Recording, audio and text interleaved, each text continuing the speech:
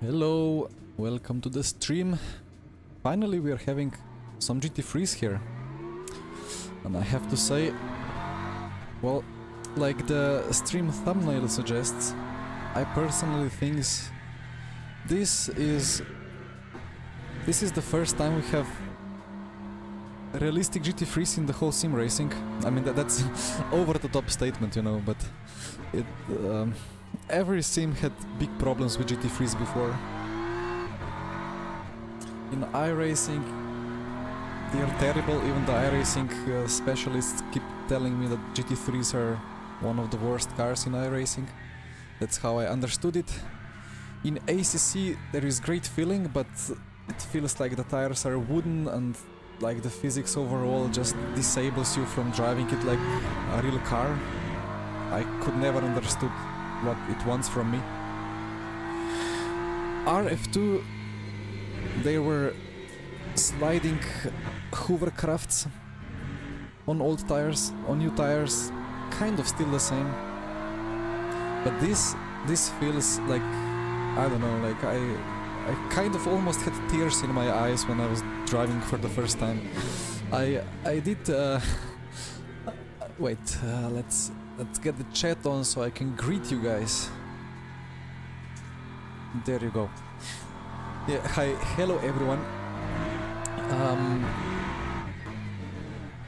ACC is floaty. I mean, yeah, the problem for me with the ACC was that the front felt good, the weight was really good, but whatever you did, even if it oversteered, it always resulted in terminal understeer. Like even if the rear snapped, it would always like re-catch it and it would be still understeering. So track limits copy. But this here, like it feels like how the onboards from real life feel. Like I don't know, it's so nicely connected. There is good weight. It doesn't drift like RF2. It still allows for some slip. You can work on the tires. It moves around a bit like this GT3s should, with a bit less downforce compared to GTEs. ABS is spot on. TC is good. Like everything is so good. I don't know. Maybe I'm blinded by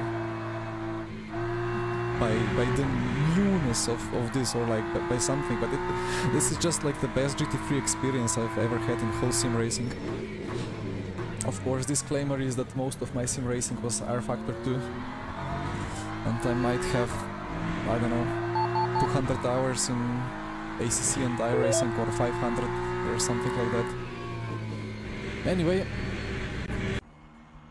time for quali. We have 7-minute quali. Let's take enough fuel for, I don't know, 6 laps. Should be fine.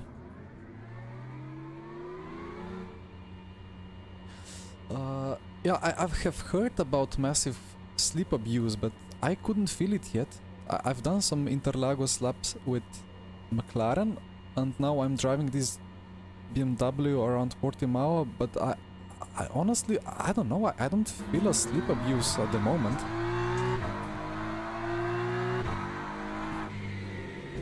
Does this shortcut still work? Of course. Alright.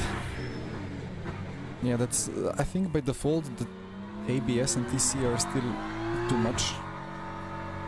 Let me go down a little bit. And ABS, I think like 7. On McLaren the ABS is, I don't know, I drove with like 2 or 3 and it was alright. In the past I needed 7 to 10 in RF2. But I think it's 11 max, yeah, 11 is max. I think 11 is way over the top. Turn off TC, okay. Well, I imagine because this car is really like easy for beginners, let's say, like it's really well balanced, and TC off will not kill too much. Yeah, I will decrease a little bit, but still I appreciate some TC, at least for now that I'm still learning in the car. But about that sleep abuse, like all that I'm getting is every time I start sliding, it's a bit of a moment and I don't gain time with it. Like a little slipping like this, that was the way to drive in RF2. just let the lift-off oversteer take care of a bit of rotation. It doesn't work in LMU. It's fixed. And this is easy flat, right? Well, not easy, but kind of easy flat, because the LMU GT3 is having weak engines.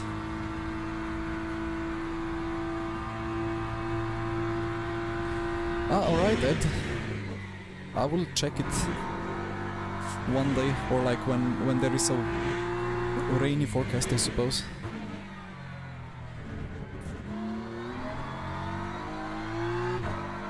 One can be so much more aggressive on the brakes compared to GTEs.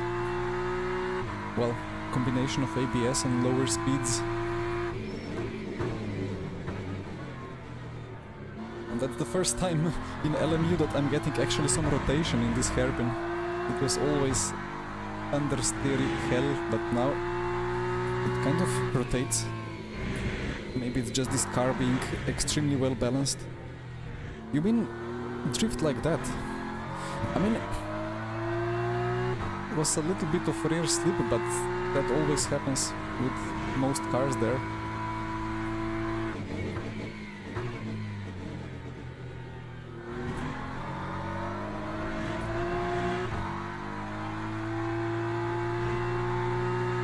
Now, the first experience for me is that this is spot on, but well, of course, after 100 or 1000 laps, the opinions will change for the worse or for the better.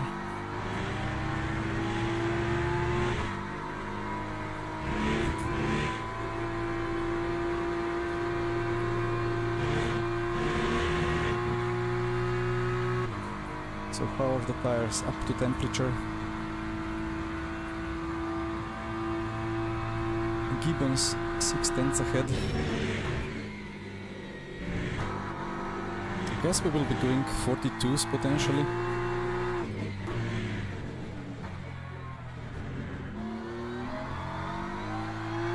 This ABS is so good.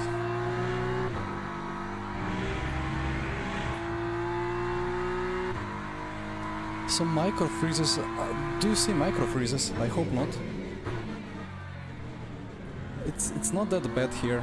It's not great because I have actually have 200 FPS for whatever reason, 190. But well, it's a private session, right?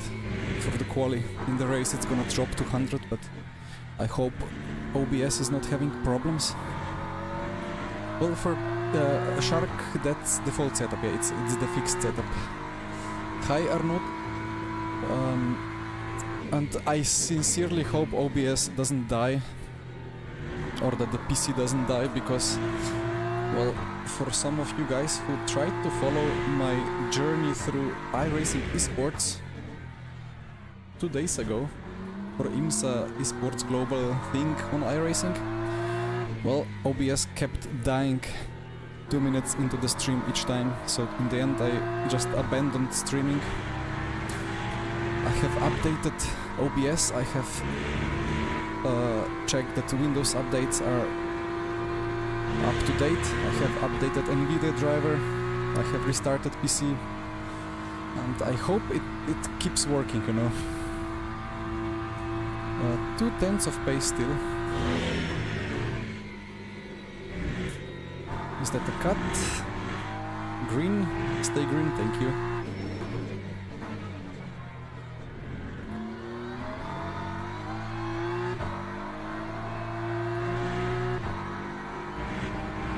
I need to send it a bit harder on the brakes. I'm just scared.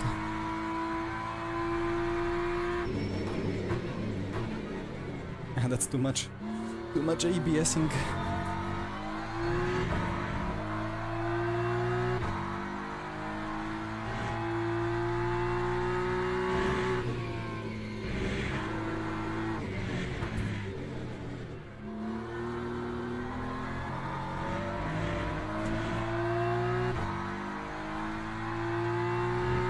I feel a lot of rear movement, but I don't feel anything being broken. Like it's not giving me the impression that I need to start drifting to be fast. gives me impression to stop drifting to be fast.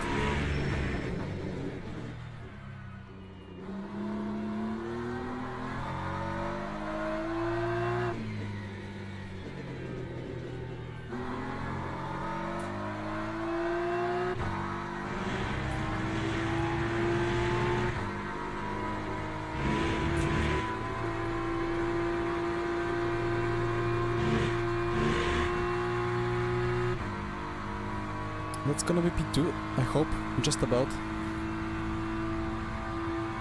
There we go.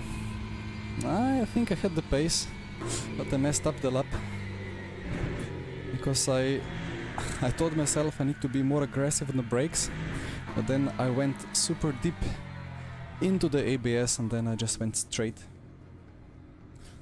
Yeah, well, ABS is working, like it allows you to brake more aggressive, but it doesn't allow you to just smash the brake. It's not like a stability control, it's actually properly working. Okay. Good old calculator. And good old Motec, because I keep forgetting to check the fuel consumption. 2.4-ish.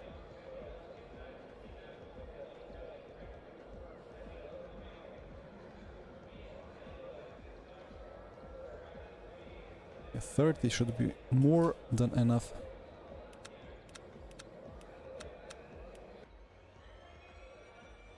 It's showing laps. Fuel. Wait. 30. Yeah, well, even 43 should be fine. I guess I take 45 then, just in case. Well, depends on the fuel ratio, right?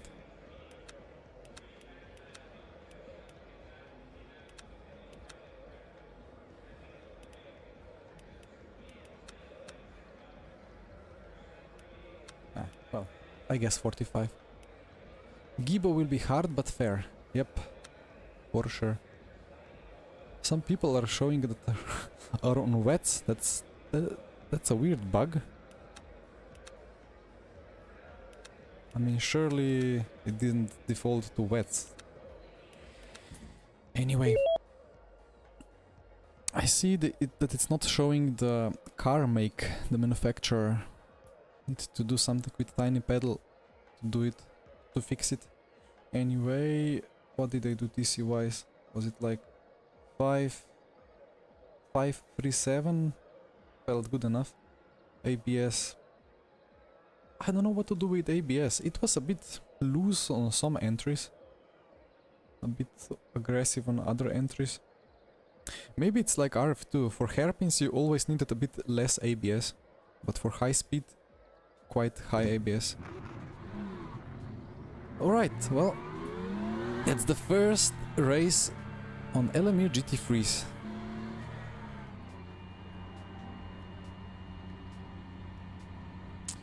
Ed, it's not... so virtual energy is not battery. So virtual energy is just like from rulebook. So that, like, it's a bit of a complication, but WEC went with it. Like you have virtual energy, which is amount of energy you can burn to make cars, like to force cars or teams to make cars more, well, to burn less energy and go longer. And then you have the battery and the fuel tank.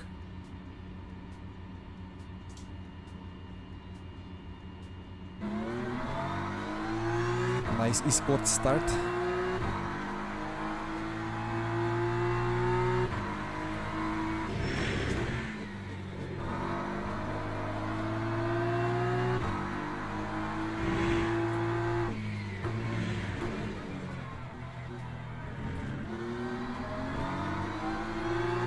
I slowed down way too much for turn 1.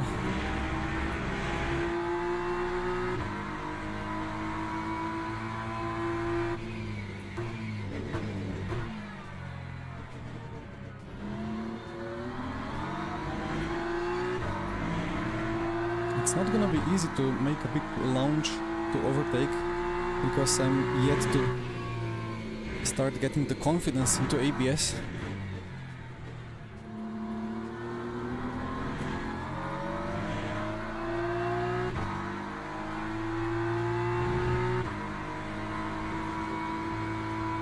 Marius, I'm working, you know. I'm working hard.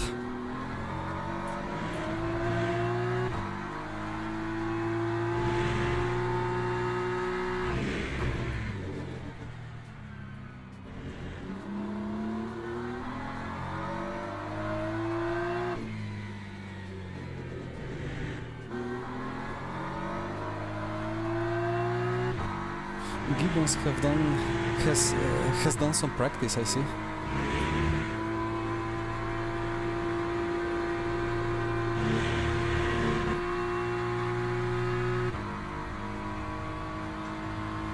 Fan on, starting to get hot here.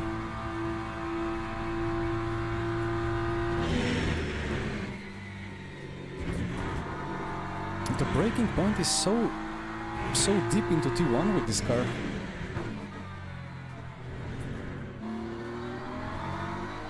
I'm just used to the GTEs and hypercars, but this car, GT3 class, can be so deep.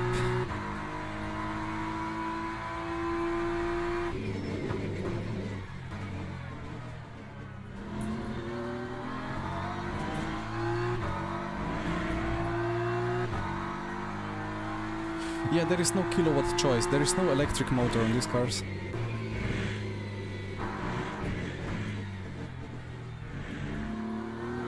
There is just the virtual energy and the engine.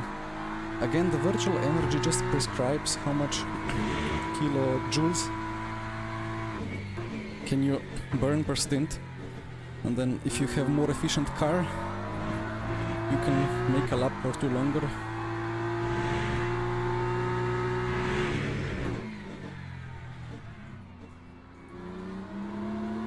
Simonian behind is fast as well.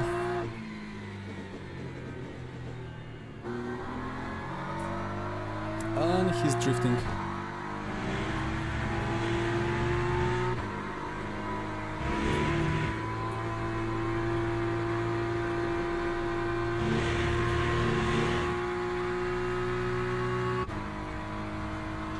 Marius, well, slower, a bit more, a bit less downforce, I think, on them. So they are happy to move just a little bit more around. And well, then ABS makes the braking completely a different story.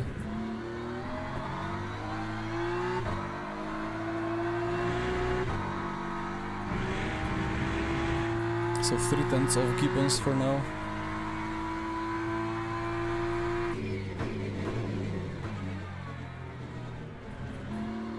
He's really V-shaping that hairpin.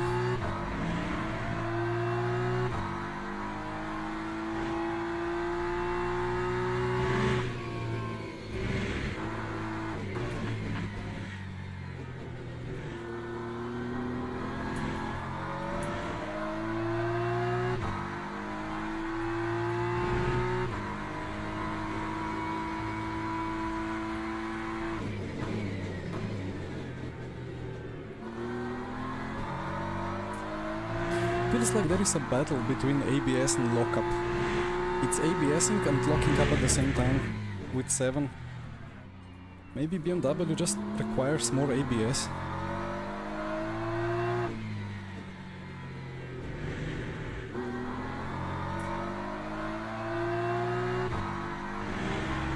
But well, I'm very deep into the corners now on brakes. And with GTEs it was always, please don't lock up, please don't lock up. So Gibbons 44.1, he's still 2/10.5 quicker.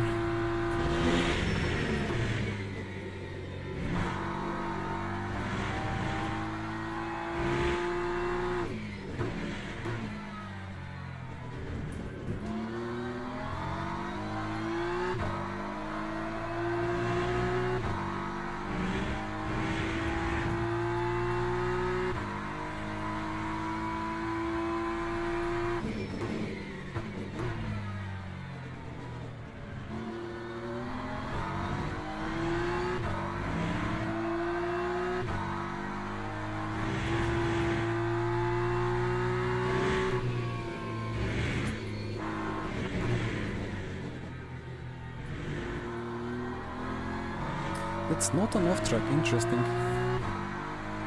On the left side on the entry I went off.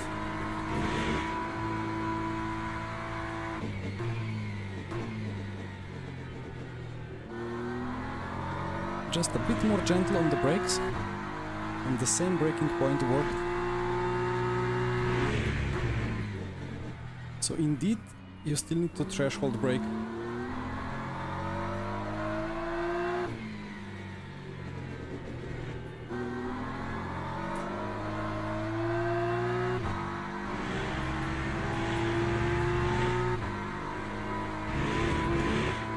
But you can feel it. The ABS, you can feel it starting, so you can always adjust to it, but you cannot react to a lockup that easily. Just 20 meters later, alright. Not a big deal.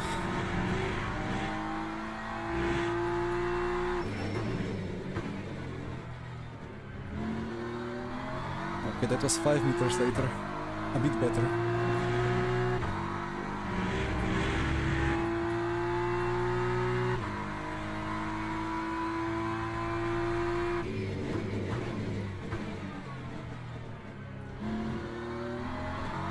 The gap is slowly starting to shrink.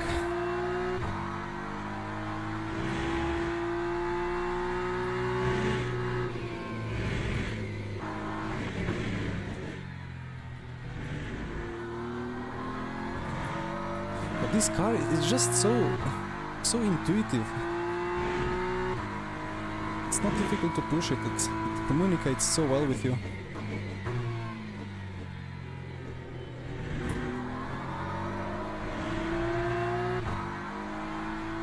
Honestly, this is big GT3 experience for me.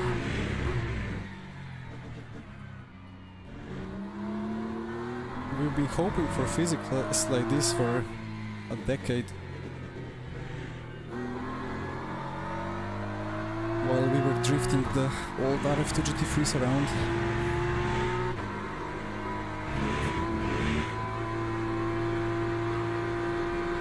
I don't really mind the fact that the WEC has this rule book which restricts the power of GT3s a little bit.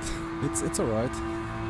Well, 260 is not a great top speed, but it's fine.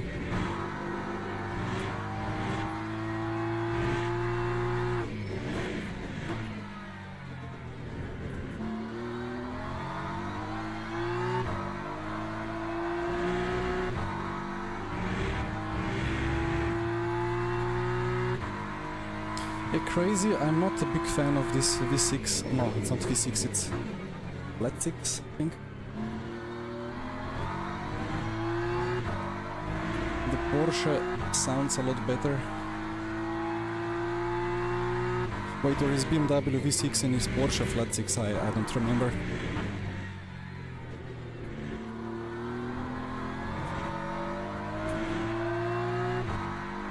But then I don't like the European V8s either, so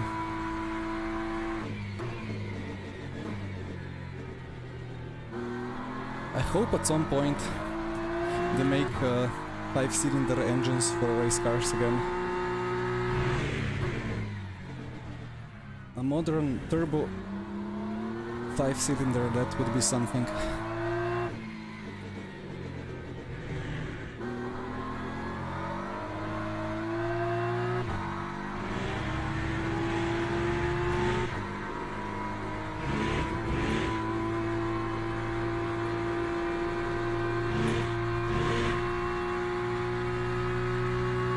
It's inline 6, yes. Flat versus inline.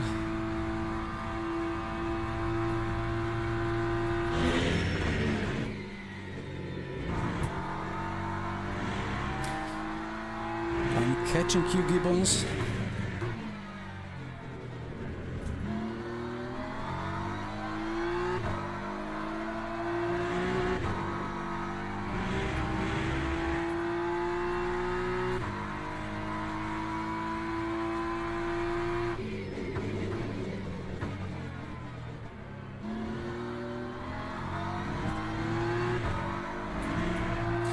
does feel like that U-shaping turn exit is not that bad. In RF2 you always needed to V-shape the exit.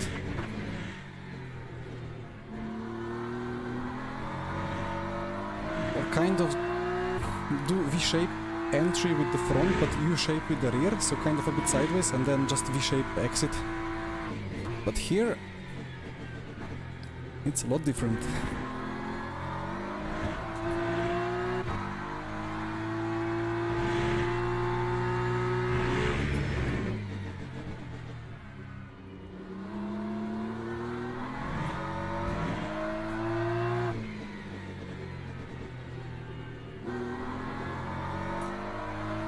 But one can definitely feel the engine in the front.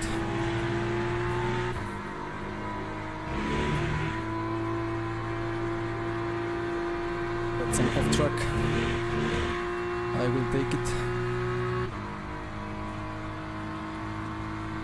Yeah, I have not tried Ferrari and Corvette yet.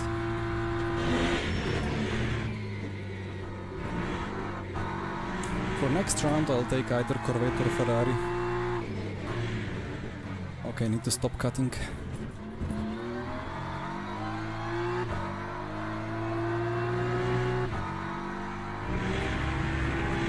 Front left is burning quite fast. Although, well, it's clockwise track, so it makes sense. Because it surely cannot be coming from lockups.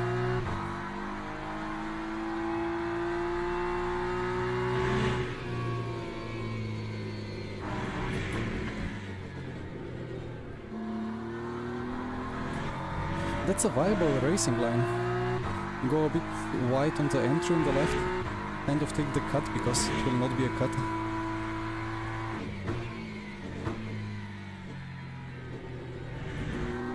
That was not the best racing line from him. Dan Suzuki has left the server. I hope the bigger streamers will not bash the game today too much.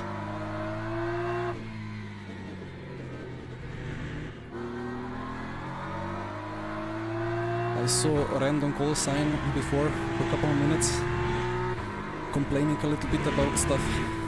I didn't quite understand what he meant.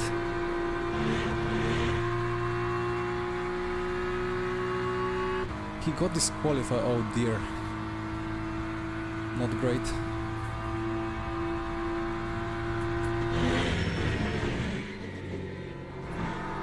Okay, a bit of a rear slide, right? But the Delta didn't jump to green.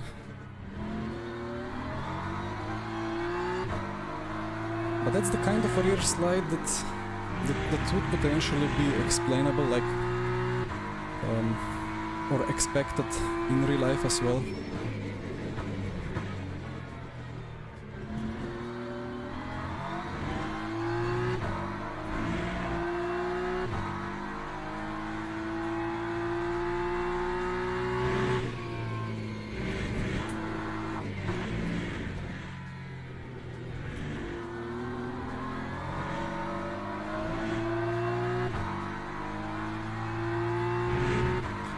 And Fiduci, oh dear.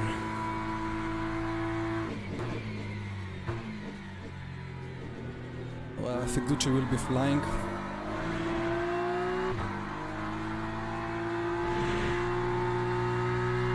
I hope Niels gets in without any practice like normally.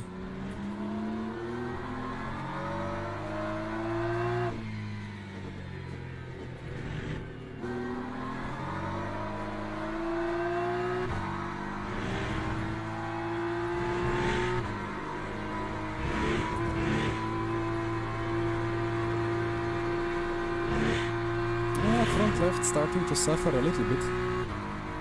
Not that easy to keep it flat in the last corner.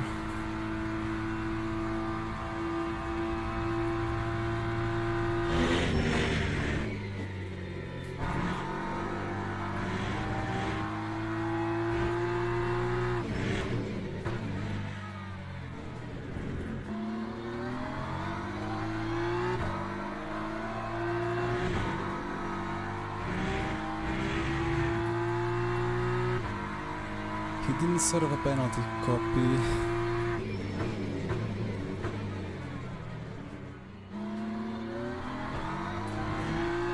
I suppose the starting sequence can be a bit confusing for people who are not driving it much.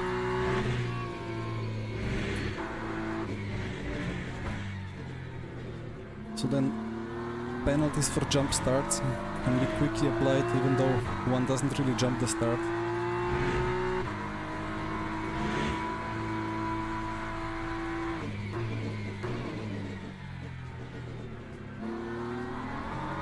Alright, I'm much more comfortable than Gibbons into that corner.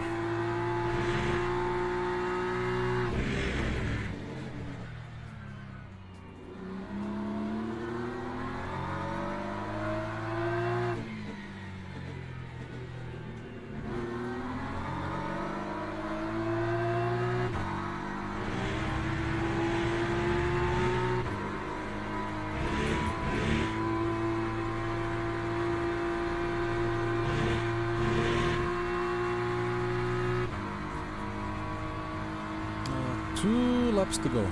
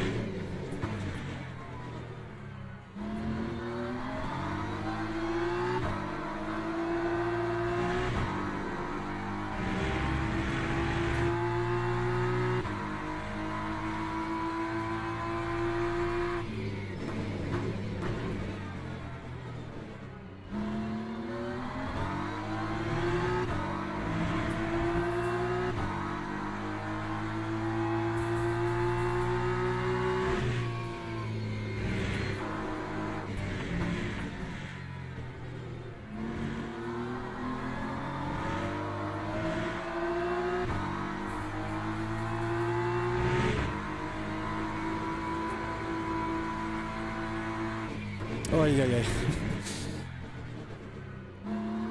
Misjudged the geometry of the corner a little bit.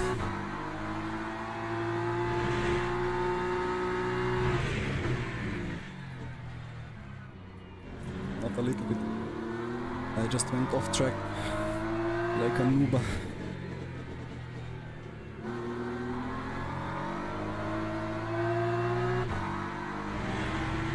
That corner is so tricky. Very blind, and it has like 3 entry apexes.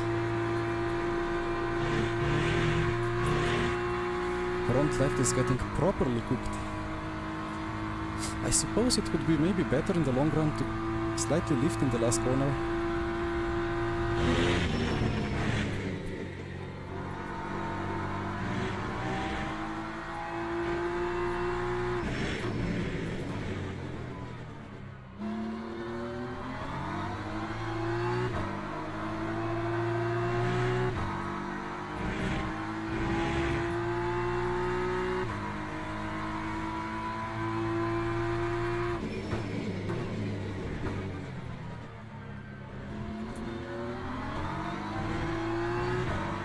Well then, last chance.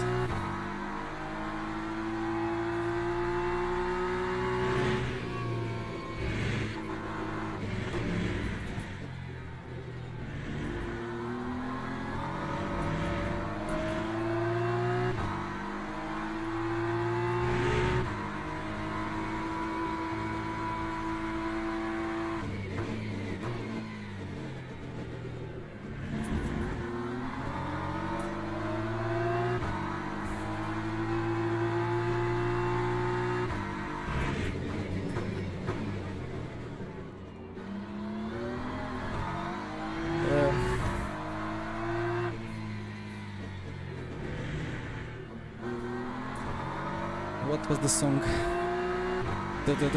Max Verstappen.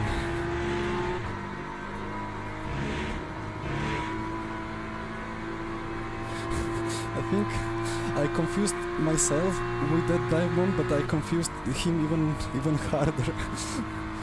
I didn't really expect that to end well, but well, there we go. One win.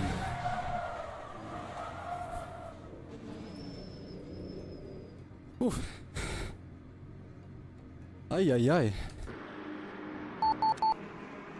Quick replay.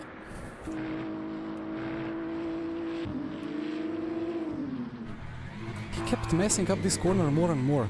I think the more that you understeer here, the more you will try to go on the brake. But the more you go on the brake, the more you will go deep into ABS, the less you will turn, so I think he could not uncycle himself out of that loop. So I was quite far away, but you know, last lap.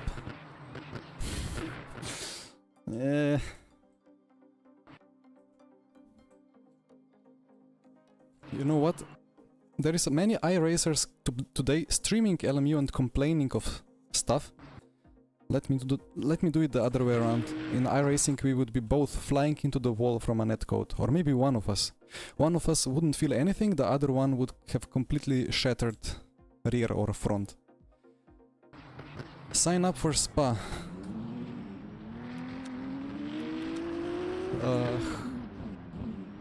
Yeah, wait. I would watch the replay, but now that you say sign up for Spa ASAP, I'm getting scared. Is it that soon? Should be still 5 minutes, right?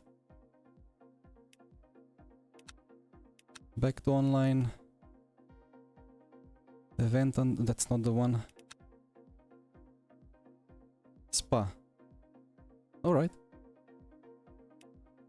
I still have music going. Just realized now. Oops. Well then, register. I'll take the Ferrari. The Ferraris have stopped being very red this year, or, well, in the past. I'm registering with the Ferrari. Gibbons and Jean-Marco with BMWs, they will destroy me. So we have 5 minutes to go. David is driving the McLaren as well. Yeah, let me quickly just check the results, or like the rating. I don't know where I'm, what do I have to click? Event history, Algarve, rank breakdown. I mean, I guess I kind of checked the replay to some extent. Big dive, and then he tried to go for a switchback, but he lost the rear.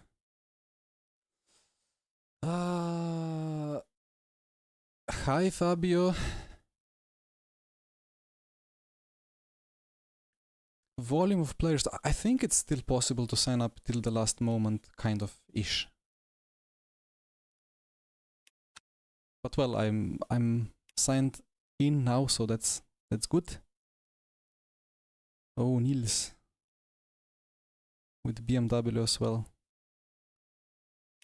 Well, let's quickly check. Oh, servers are quite full.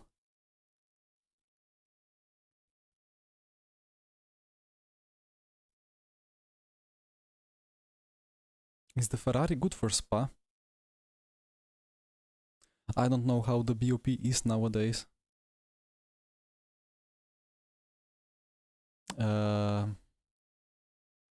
Yeah, I guess practice servers are a bit stretched.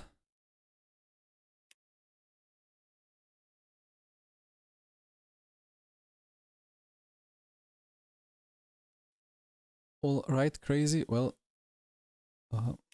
hope you have a fun race. Fabio, I will still drive in an hour for sure. I will do this, and then I will do two intermediates potentially. And then I'll take a big break and do the weekly or the special event in the evening. 19.5 in the Ferrari. Okay. A nice race, David. Sorry for the Verstappen dive. Yeah, I saw you going for a clean switchback, and then suddenly the rear said no. Well, I would like maybe a lap of practice. Unable to join the server.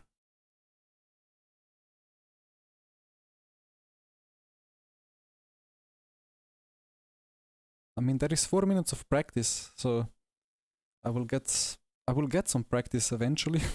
But I mean, I've never driven the Ferrari GT3 in RF2 after the tire update.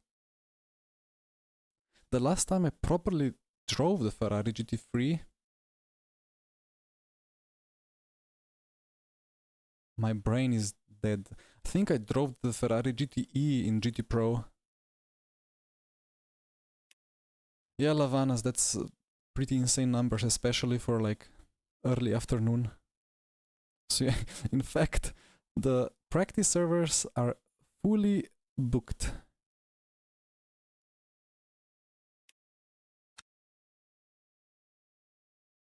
Yeah, event starts in 1 minute, then doesn't make any sense to keep trying. I will check one thing. Steam charts.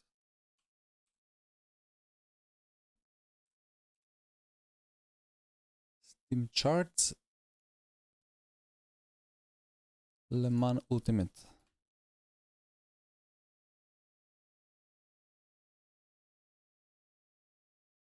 Oh yes. Not sure how visible this is, but yeah, whatever.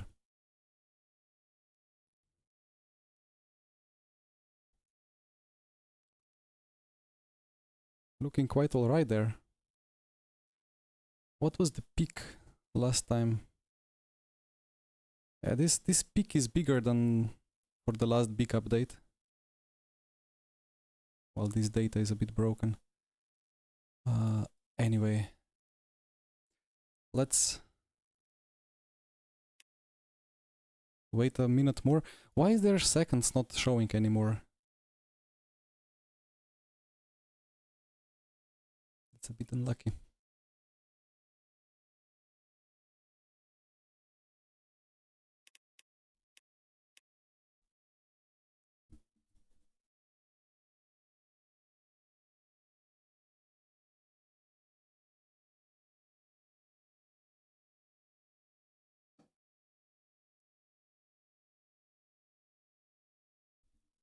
Do I need to go like starting now? Okay. Event underway. Quite a couple of fast names in there. Gonna be a crazy race.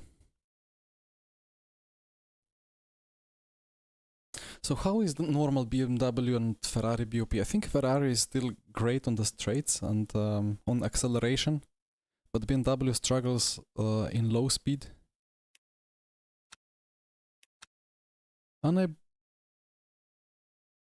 Okay. Well, I'm joining the server, even though it said I'm unable to join the servers. But yeah, indeed the servers are taking a couple of minutes, but they are still responding for now. Hi Kahel. We will have 2000 in the evening. Yeah, let's really hope it's like that, or even more than 2000. And let's hope that the servers survive, because this is really good and this is extremely important. Like, this is make or break for LMU, and we really need LMU to survive. I've not got the Race Control Pro yet, but I did buy the biggest of the DLCs, like that gets all the 4 DLCs in one go months ago. So I'm doing my job. Alright, let's maybe fix the camera a little bit.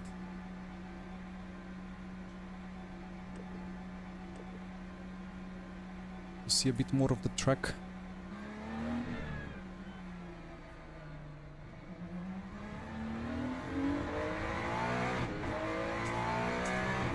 Did you hear that? The first upshift from first to second is a bit delayed, but the next ones are not. I heard that with the BMW at Portimao at the start of practice, but only the first upshift from first to second. 9-lap race. Copy, copy. a bit more forward. That's a good viewing angle, I suppose. Oh, the steering is quite responsive. I mean, there is no engine on the front, so it better feel a bit lighter than the BMW.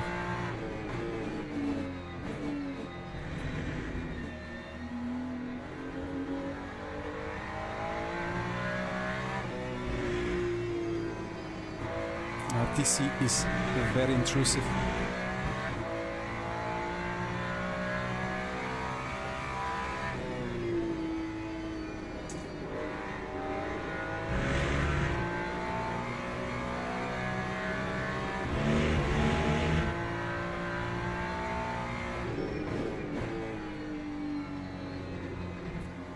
I'm trying to find a way to describe the sounds.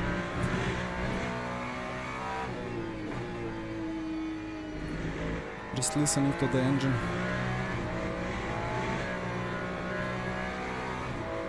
Like, they are good, but they... I don't know. ACC and race room sounds feel much more... How to say? What's the word? It feels like more that you're in the car in race room and ACC. This feels like kind of laboratory conditions.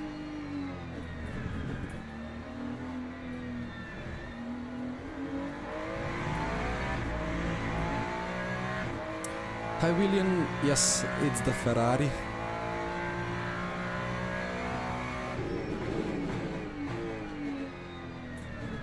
Oh, wow, wow, wow, nice rotation.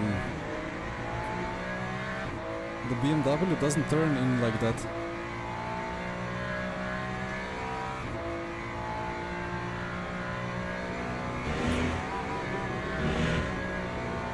that the cut?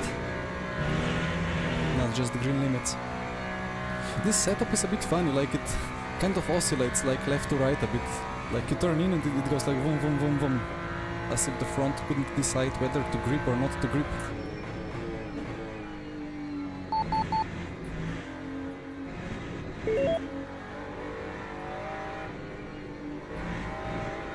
Yeah, there's a bit of on throttle understeer, but I suppose that's the feature of the safe fixed setup.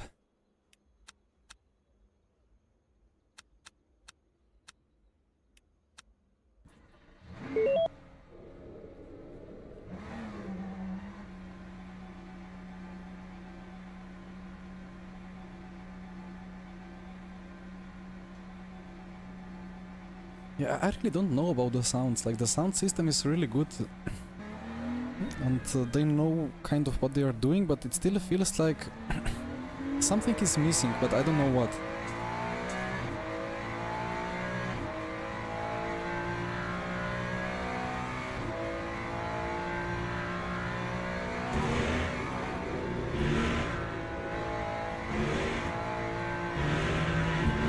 And then again, when you're watching real life races, they don't have crazy big microphones. They are trying to record something, but it's like it's not easy to record something that's very loud and then make it much more quieter for to be able to actually listen to it straight. So every game has kind of its own artistic representation of how it should sound, and then it just feels more raw, or like more of a sensory experience in a race room or ACC when it comes to sounds. Just more, it kind of hugs you around the ears a bit more. But this is alright.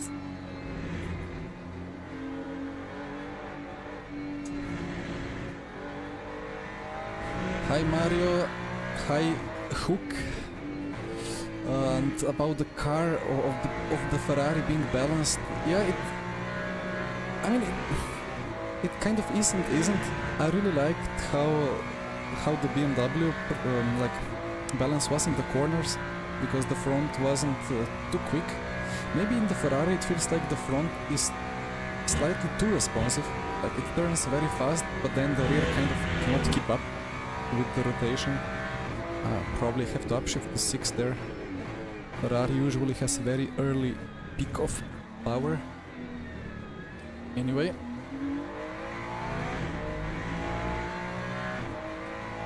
Let's do some fast laps.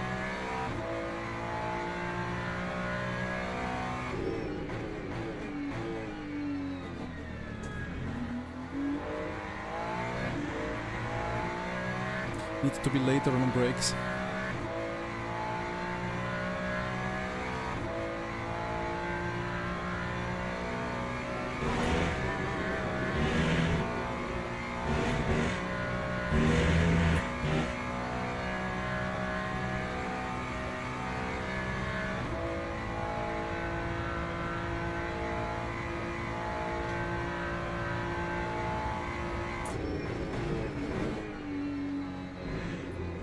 Still too early on brakes.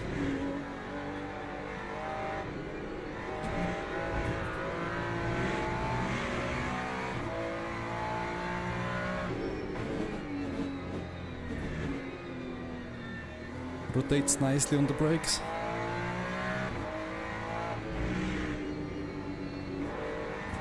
Yeah, the front is biting quite well.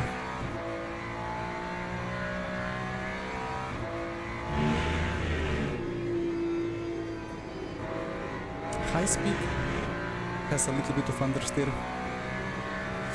Joao, first impressions, heavenly, at least relatively to all other GT3s in any other sim. Like really, really good.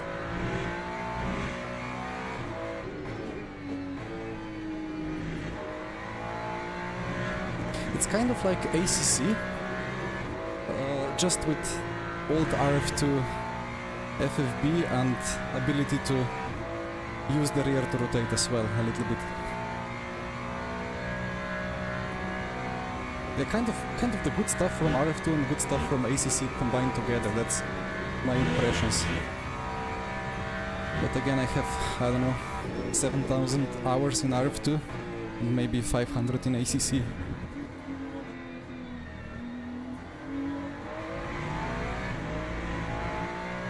So I should be doing 218s, right?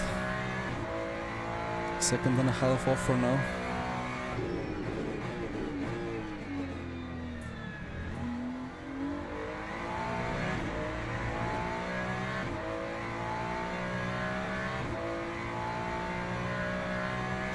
Now this is actually the final attempt. That's unlucky. If I pushed a little bit more, I'm gonna be 4 seconds short. If I pushed a bit more on the outlap, I would be able to take another attempt in the end.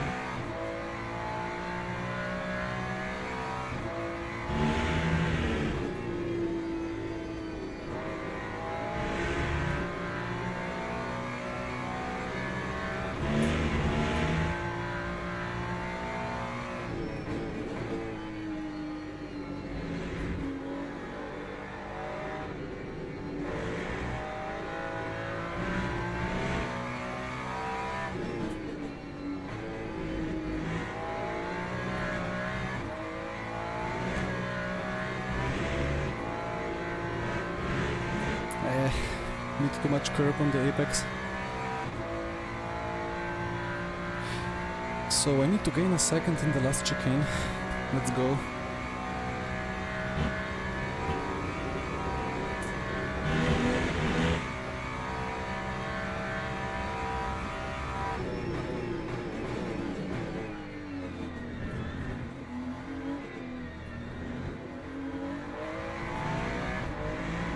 Wasn't a second, but well, 4/10, I take it. Over the line into P4. Well, not that far from the guys. Niels P7, Fiduci just ahead. 4/10s though, I mean, what am I talking about? It's been my 4th lap. I more practice and 4/10s is achievable, of course. So I spent... wait, where is my fuel usage? I'm confused. No. That's energy? Where's my last lap fuel usage? Used. 4.81, is that it? No, that's... I don't know.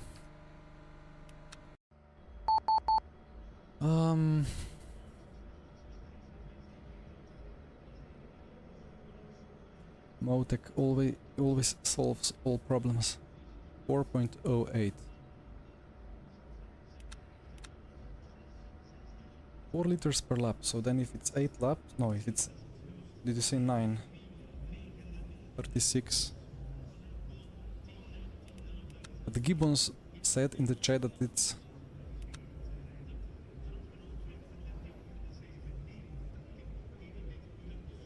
35? That's for 9.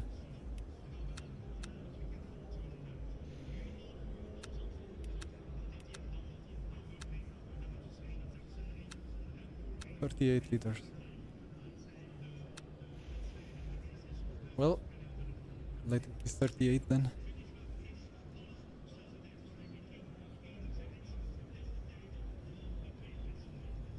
Oh, a McLaren in P2. McLaren could be fast.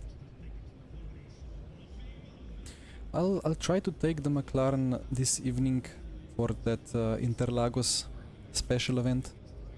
I have a little bit of a setup going, and I'm assuming that the car... Oh, everyone on wet still. Nice feature. And there is still this flashing in the background when session moves. Only happens at Spa. Like flashes 3 times and then it's fine. I think I have a little bit of assumption going on that the McLaren here is more or less mechanically and aerodynamically an RF2 copy-paste, so I hope my Virtual Endurance Championship setup could kind of work. Bob is perfect. I don't want to change your mind. I hope you convince me of that.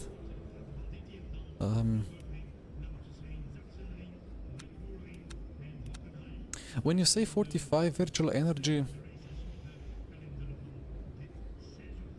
I guess that means it's different, right? Ferrari always uses a bit less fuel than other cars.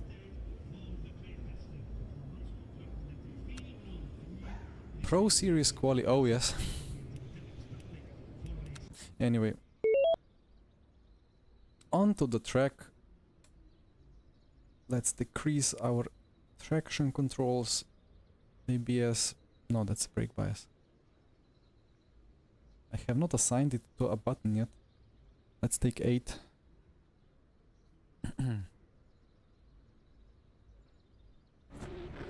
Oh yeah, it does open tonight. Yeah, I'll maybe try next week.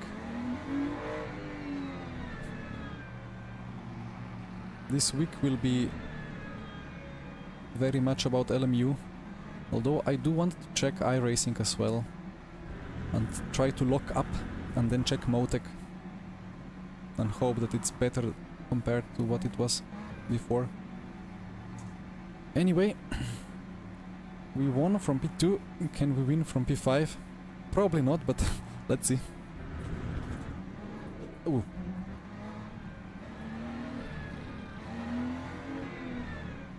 Almost binned it already.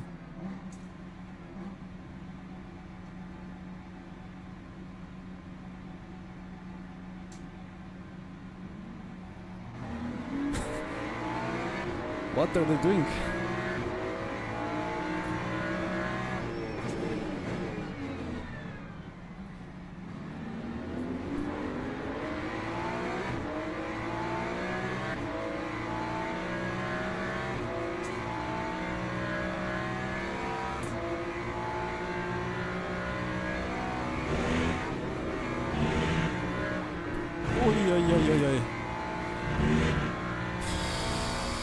Still alive.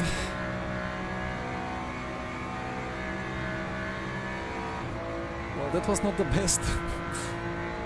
Bump drafting behind.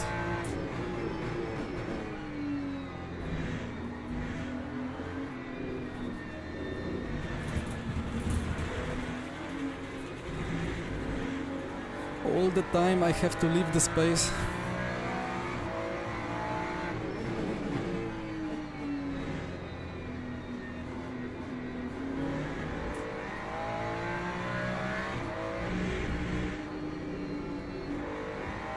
I turned into him pretty badly. Oh, that was Niels. Sorry, Niels.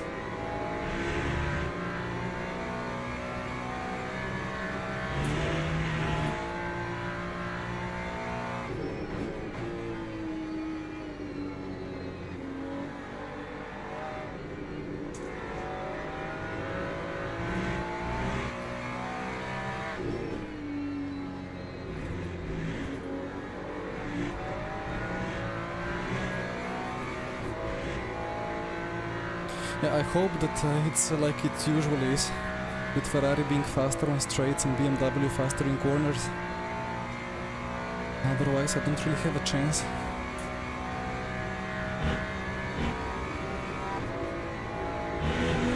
Big understeer through Blanchimont.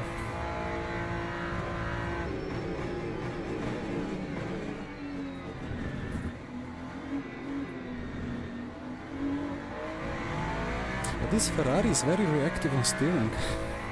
When I had to counter steer, I got kind of surprised by how quickly it actually counter steered.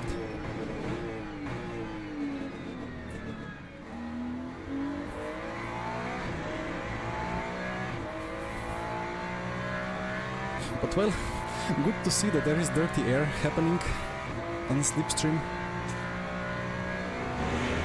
You're not supposed to be anywhere close to easy flat on cold tires in slipstream through Eau Rouge and Ray Dillon, so this is alright.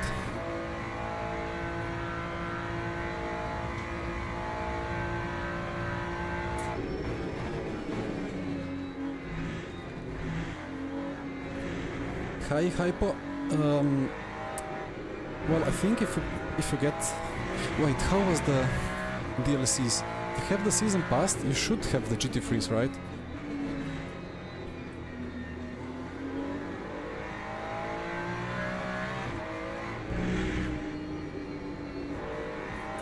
I mean, yeah, I have bought the season pass. I didn't buy the separate DLCs, so I didn't have to buy them today because they have been downloaded automatically because of the season pass.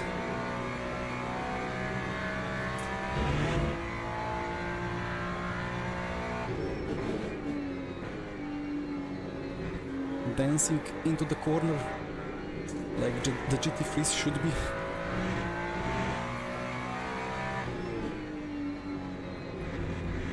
But it's not comfortable.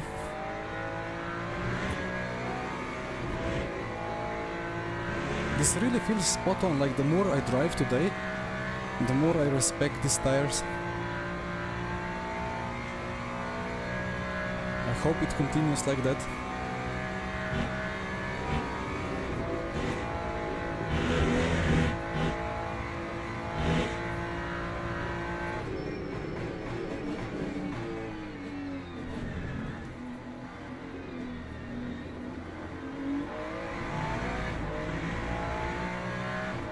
So Gibbons is driving into the lead, but I'm not dropping behind as fast as I feared I would.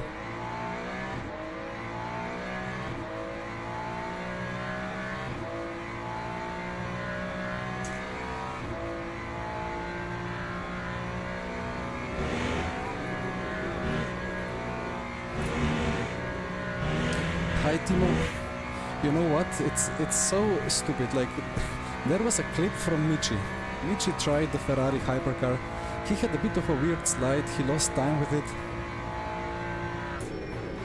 Maybe not as much as he should. But if you say this is the level of RF2 sliding, then you don't know what you're talking about. So there is a lot of misinformation going on in Discord. But this drives absolutely differently than RF2 GT3s. There is not much in common, well, relatively speaking. In RF2, like, you can check how I drove Virtual Endurance Championship. Like, through Puchon here I never turned in, I just slightly moved the steering wheel to left and then braked and then the rear rotated. Same for hairpins. But here, like, I'm driving like it has to be driven, and it requires that. At least on this level. I don't know when we are esporting this with thousands of laps, what's going on, what will happen then, but it's not comfortable to lose the rear here. And in RF2 you're doing it every corner. With some degrees of slip angle, like, I don't know, 6-7 degrees.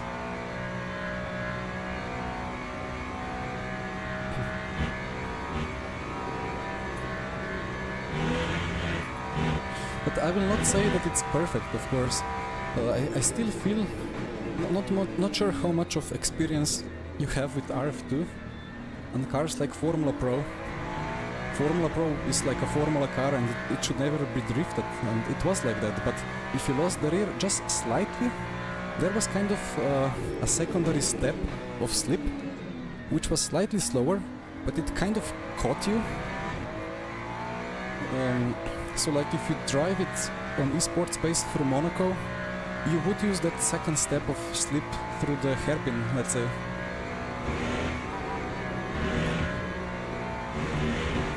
Now the front is just wobbling.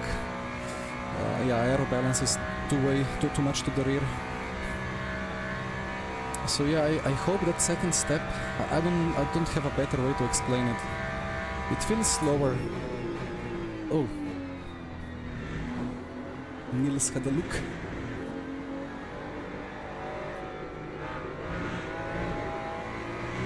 Yeah, I stayed in 5th gear instead of upshifting to 6th.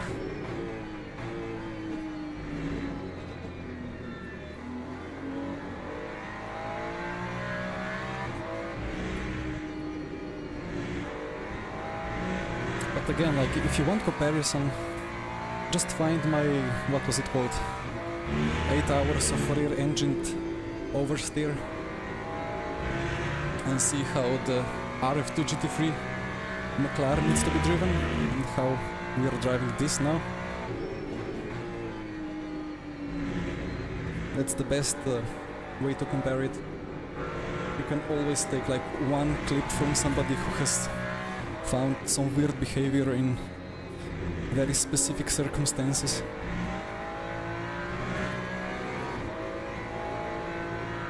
And then watch how iRacing GT3s are driven around Spa and compare that to real life. Timo, I don't know. I don't feel particularly quick now. I was able to battle Gibbons with the BMW around Portimao without prep. Here I'm kind of falling behind a bit.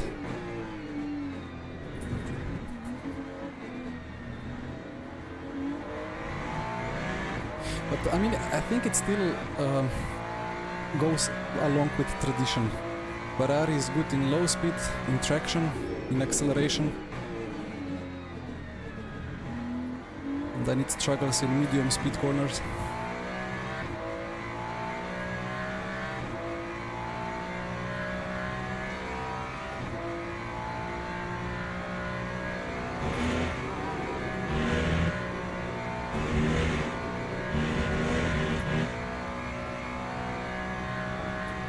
Ah, copy, James. Well, that explains it then.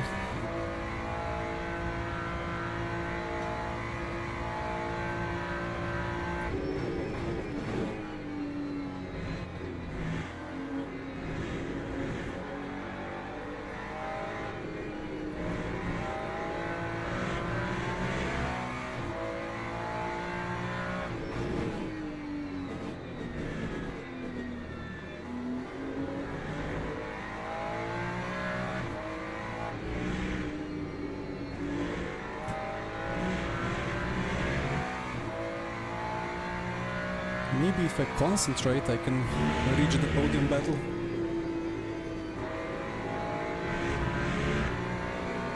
Come on, rotate.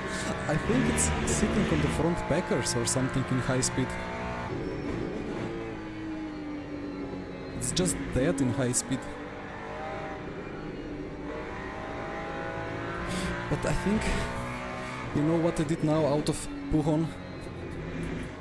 If I was on backer and if I was loading front right like that,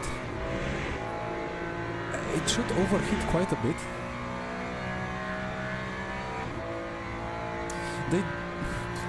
They removed some edge from the tire peak grip, they said.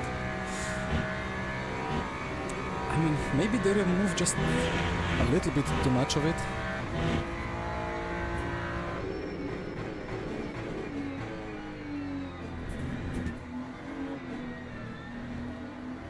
But that just makes it a bit more fun and approachable. And maybe more realistic for GT3s.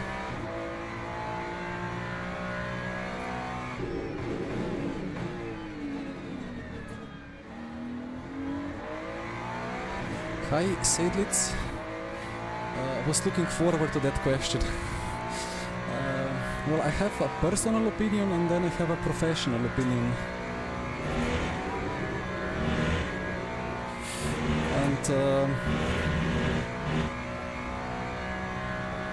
And both are the same. ABS man is right. To some extent, in some way. You always need to interpret the language, right? I don't know how iRacing is being developed and so on, but through the past years I was watching in disbelief how iRacing can have so much money and update stuff so little. Like, they produce a lot of good cars and tracks, like models, but the physics is like 20 years old. They have done absolutely nothing to make the tires feel like tires.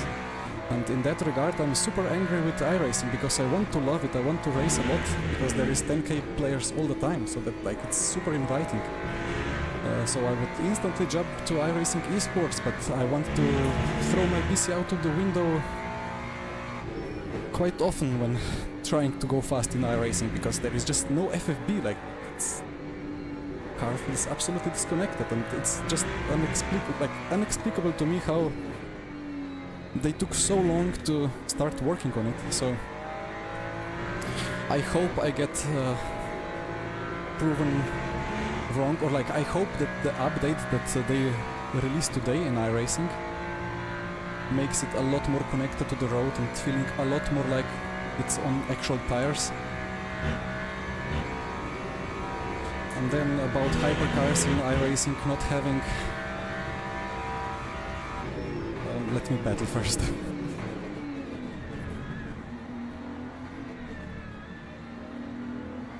Right, so about hypercars in iRacing not having properly implemented hybrid, like they have all the resources to do it, and they don't do it.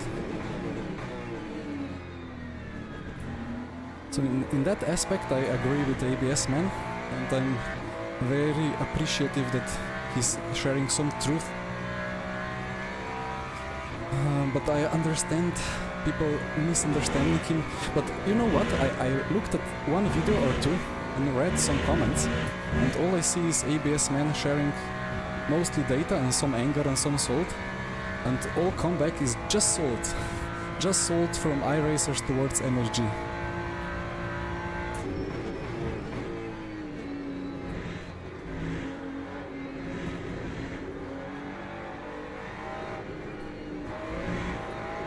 But this is kind of peak content right now.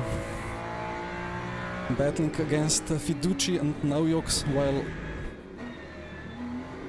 bashing iRacing developers.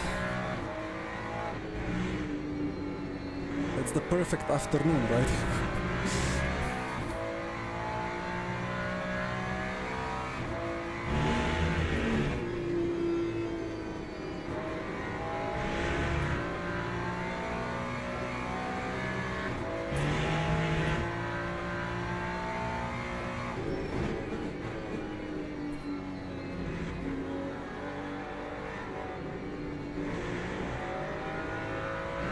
Nils complaining there is no front.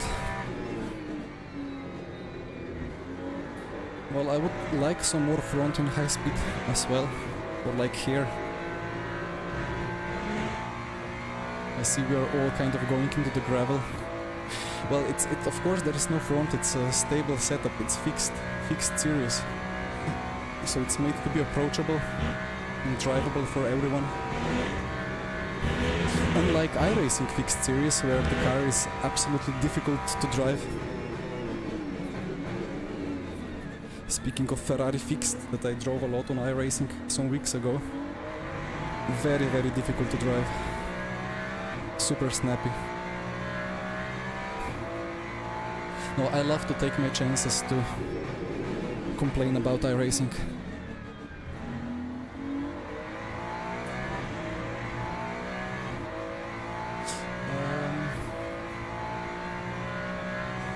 Hi Banner, what's the best LMU GT3?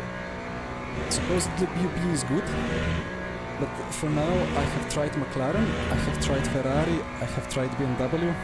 I think BMW is the most approachable and easiest to handle on the limit.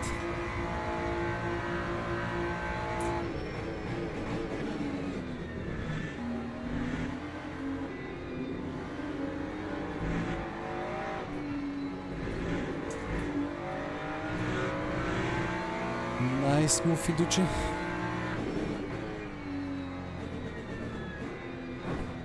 Oh, bonk.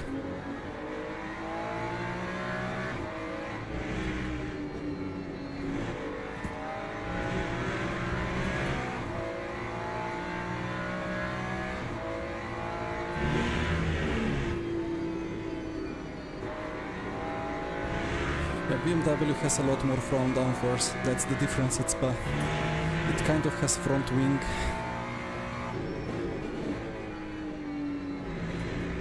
And that was the case in RF2 as well, so yeah, I mean, as I said, I think these cars are mechanically and aerodynamically mostly RF2 cars, but the tire model is very different and much better here.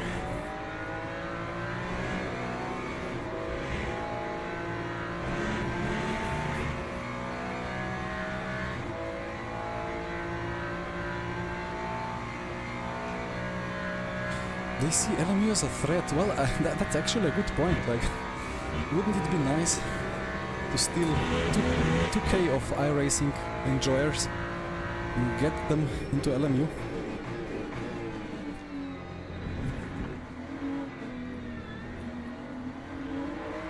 And about dirty air, check lap 1 of this race. You will see a little bit of dirty air in Eau Rouge.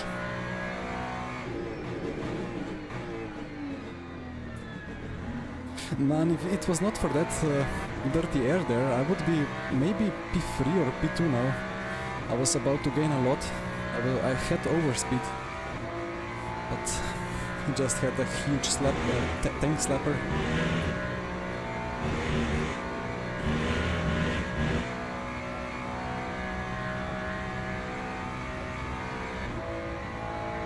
Alright, so yeah, I think Ferrari is, if you want to have easy time and great pace, maybe Ferrari is not the best Spa car.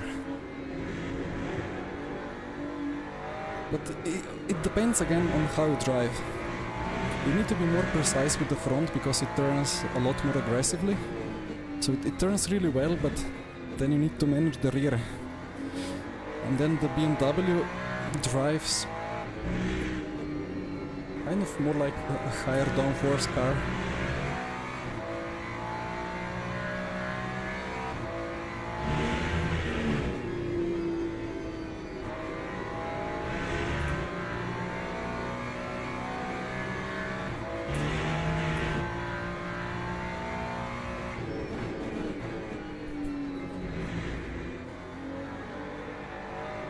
Speaking of rear drift, it wasn't gonna drift that much, but it snapped and it was not faster at all.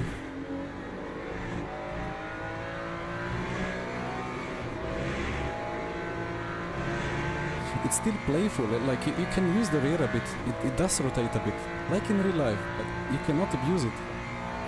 I mean, I cannot abuse it for now.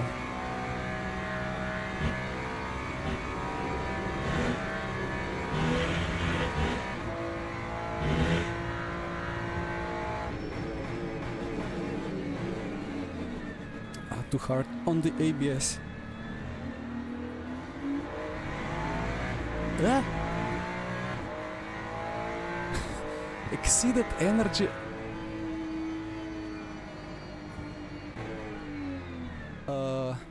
Okay, that's a first. I guess I'm... Alright. Virtual energy, of course. No, I know what it is, it's my fault. I was not watching it, it was just... It just went under zero over the line. How did it happen? I just checked the fuel. So then I think I increased the ratio. No, I increased the ratio instead of clicking extra virtual energy. Silly me. That has not happened to me before in LMU. So I got... It adds a lap to you, right? If you don't take the drive-through. Or if you get it on the last lap.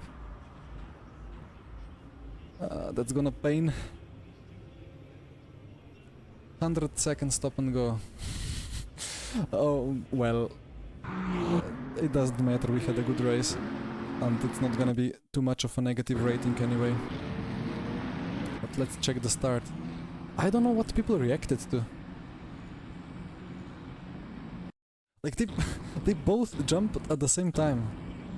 I think they reacted to that board, if that's like that Rolex changing into total energies. That happened to me before because you were kind of seeing like the 4 or 5 lights, and then the background changes. I think they both reacted to that, and I was properly, professionally in esports fashion, focusing only on the lights appearing. Yeah, and he reacted... Who was that? Cannot see. Yeah, he reacted to others. Ah, he complained then, yeah. He said something in the chat. Potentially he got a drive-through for that. Niels saying the race was boring. Well, sorry to hear, Niels.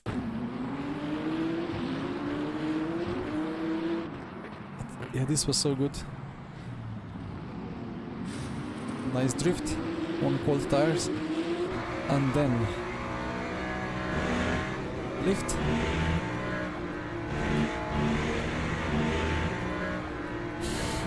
I mean...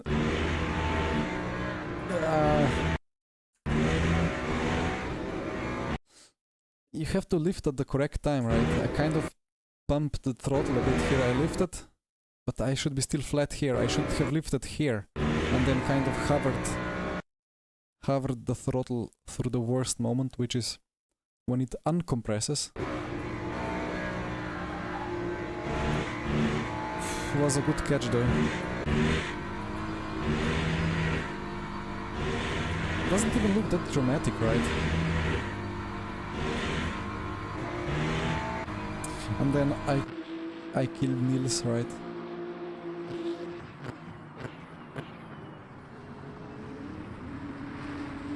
Oh well. You know what?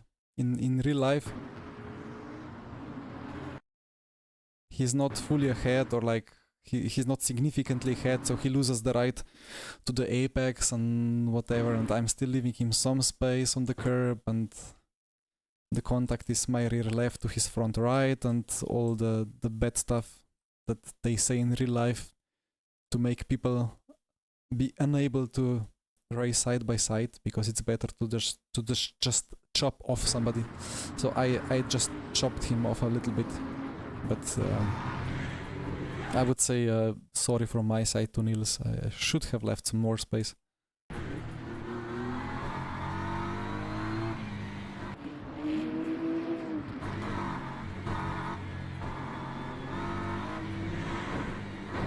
That was funny. Kind of a roadblock. They all waited on the outside to make a switchback. But Alessandro probably should have gone like for the inside. That Ferrari is so low compared to BMW.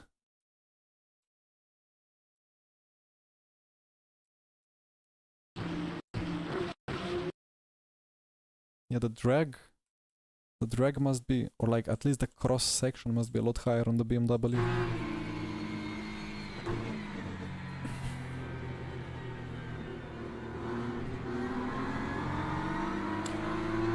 Yeah, about Niels complaining, I don't really understand him. Like, sometimes he makes really good points, and I understand some of his LMU points, but overall it's weird. Sometimes he's just like, yeah, I don't know, unreasonably negative or...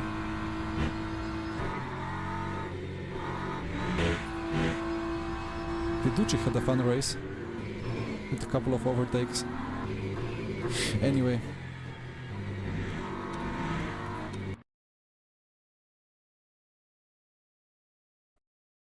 Daniela, the cold tires, I can agree with you on that.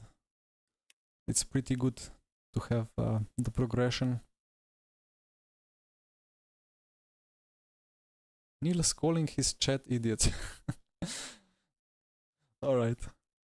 -10. Alright. Nothing too bad. Now let's see what we have. I wanted to check the intermediate races. We have the hypercar. We only have 3 registrations, but well, I mean, they normally come when the previous race ends.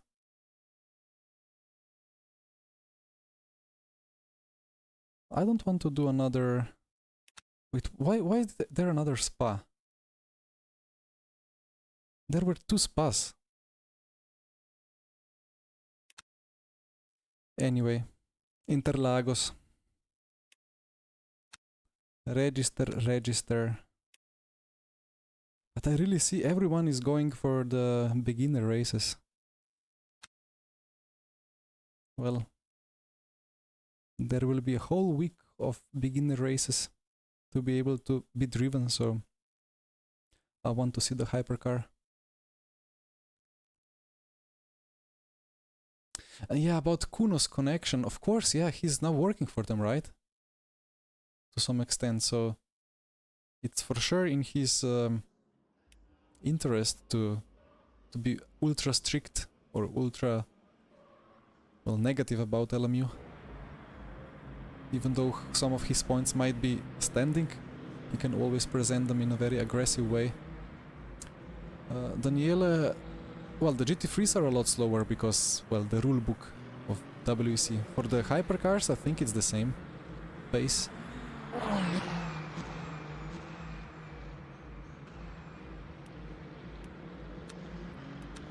Everyone wants to race GT3s. Well, I want to check the Ferrari a little bit. Before I go check it, I will put this to 500.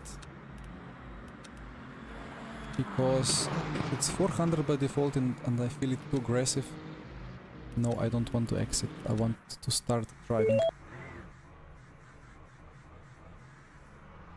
I'm really looking forward to AC Evo coming out, so like that's gonna be interesting from many perspectives. From driving, from esports, from just watching streams around and seeing how people react to it.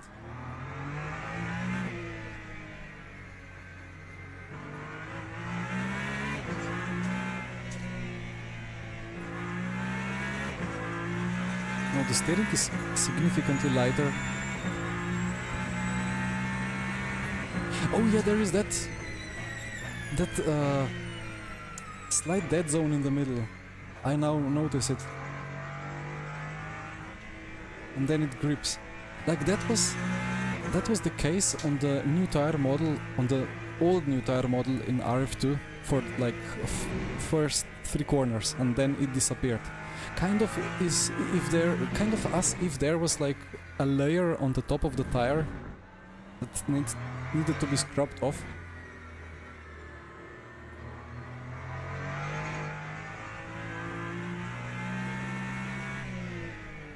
I don't have steering help. I cannot change steering aids anyway. they are probably off here.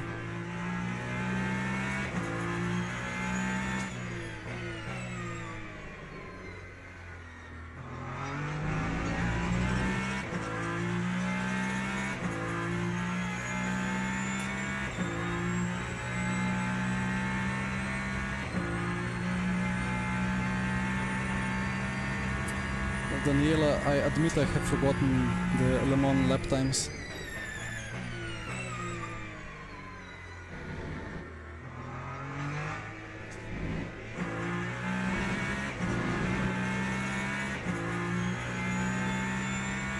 They have updated the sounds of this car as well, right? I think the engine sounds a bit differently.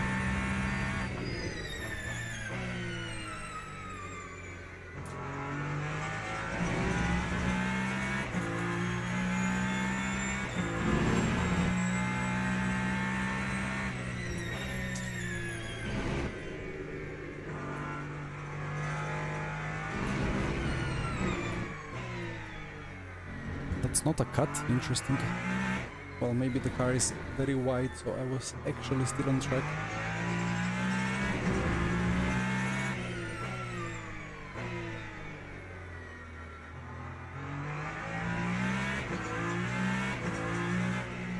I need to quickly increase FFB a little bit, I think. Settings, controls, FFB 52-ish. Resume. How good is it that I don't need to go to garage to adjust?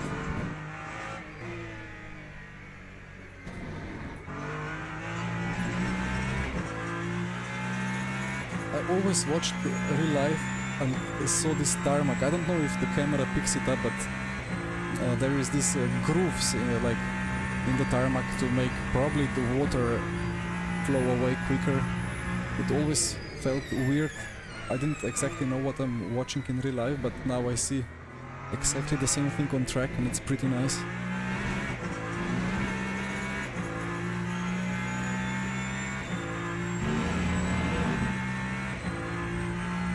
Hi Christ, well, not much, I just ran out of virtual energy, so I got a penalty.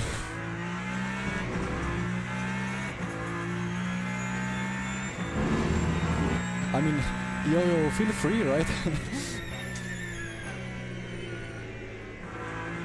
Just tell them if they want to watch somebody enjoying the game, they can check me out. I mean, I don't know. Maybe Niels is subconsciously biased against it, and probably I'm subconsciously biased towards it.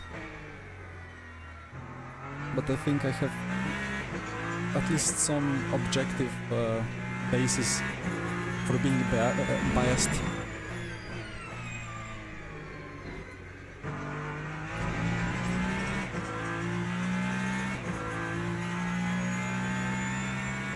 I think the race is in 15 minutes, right?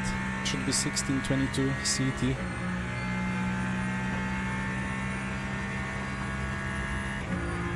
Oh, Banner, you were at WC Interlagos. That must have been a nice experience.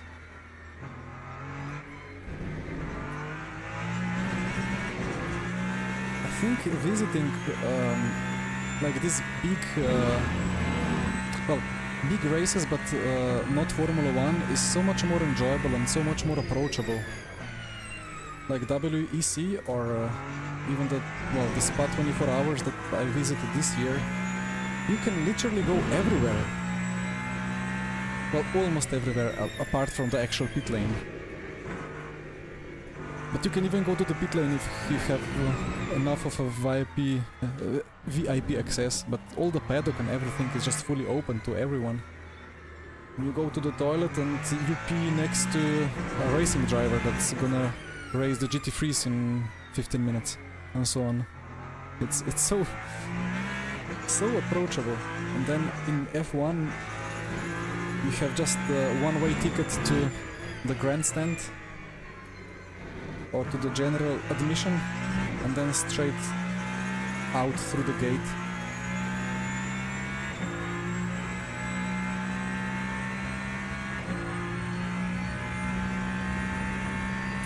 Yeah, Christ, I was silly.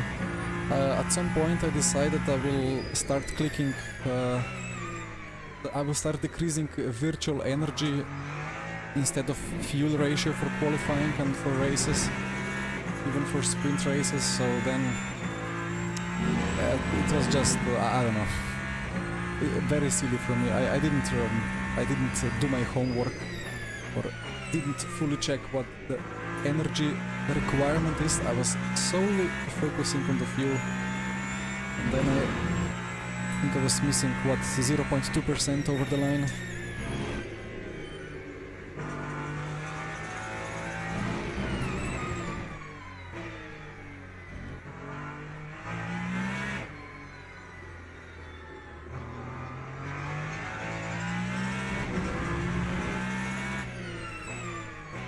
Right, I need to fix my brake bias a bit. Hello? Maybe he was fixing his brake bias as well. Okay, let's maybe... Where is my...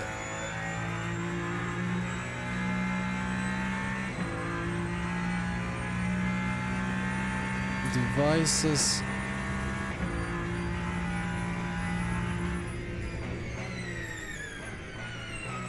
Oops. Ow. I wanted to see... Where do I have... Ah, there we go.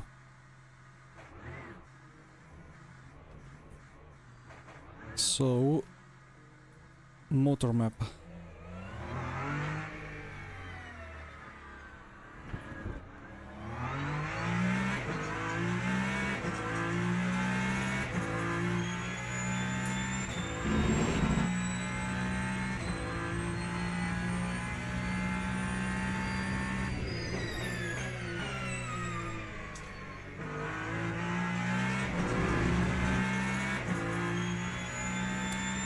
Zdravo, Doc. Yeah, well, I mean the fuel tank are what they are, right? Although I don't know, like probably they don't make them that big in real life.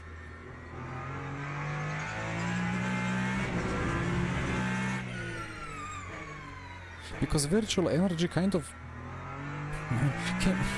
I'm trying to think of a way where you would burn a lot of fuel without burning a lot of energy. It's just not the case, right? These cars, well, they will require 70, 80, maybe 90 liters through the race or through a stint, but they can fuel up to 120, so to me it doesn't make any sense for them to even have that big of a fuel tank. But, well, Studio 397 received real-life data, so they used that. Although potentially they just copy-pasted RF2 values, and because it's just a waste of time for them now to just adjust some numbers. Better to fix bugs than change max fuel in each car. Oh, that's a cut. Yeah, Daniele for sure. Especially on tracks like this or Imola.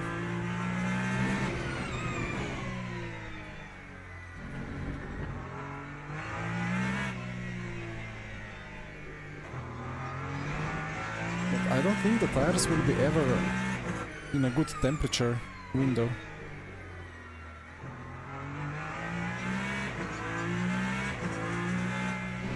The corners just aren't fast enough.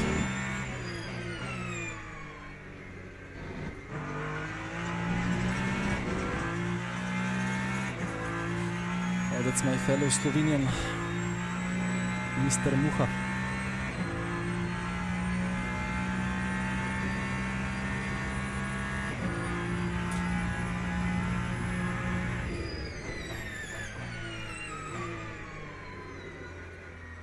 Oh, the car is so pushy. I think I need to do something with anti-roll bars.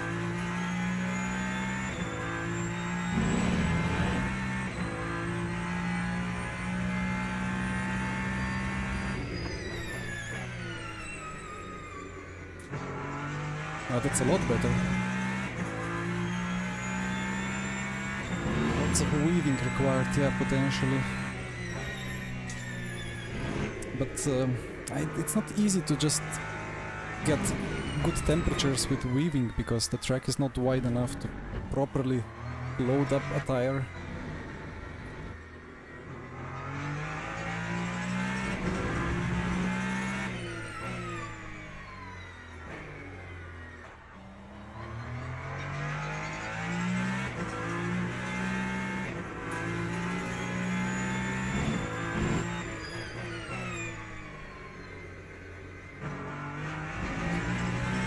You know, the Ferrari is still the Ferrari. It's reluctant to turn in. I think I went now like 7 clicks up with the rear ARB.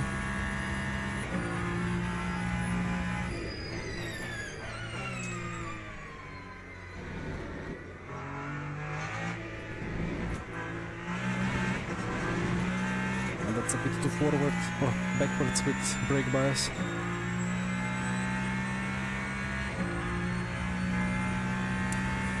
Ah, that's you! Well,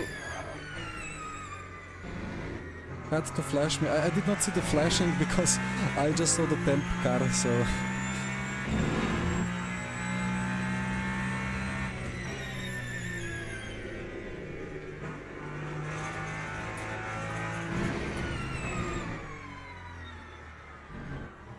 I think I have 8 minutes to go, right? I didn't see like that 15 or 10 minutes to go warning in the chat, in the server chat that normally pops out.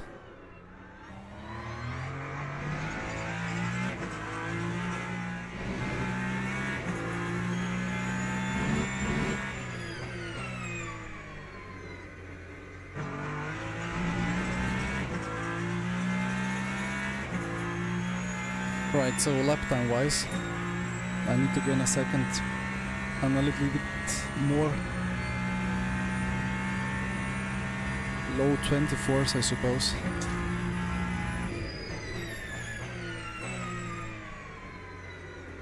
Although, well, I have full tank.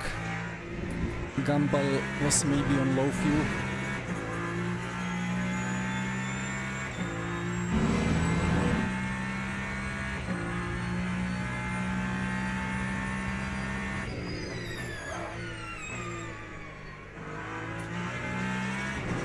Locking up the rears now.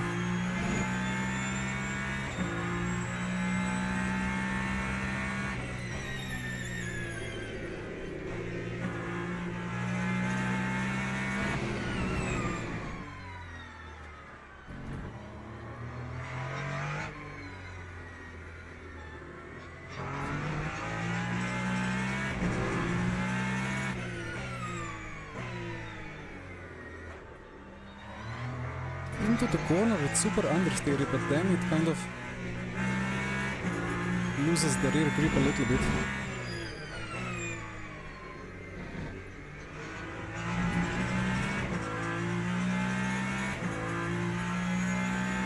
Hi Simon. Yeah, well, tonight I'll be trying Interlagos with a McLaren as well. This Ferrari hypercar almost feels too big for this track for some reason.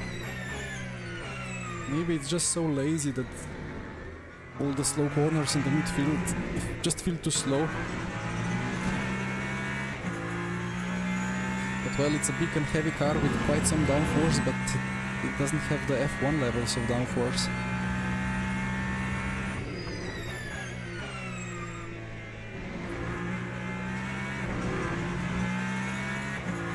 And yeah, Banner, this is Tiny Pedal.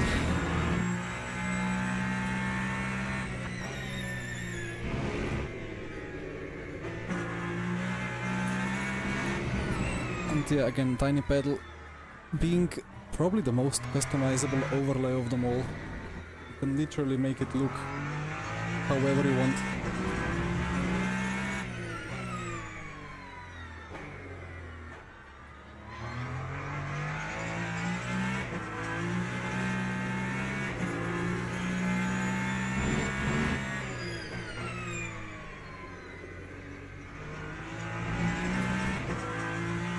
Purple sector 2. Yeah, the car is still going faster and faster. And the temperatures are actually in the 80s now, so it makes sense.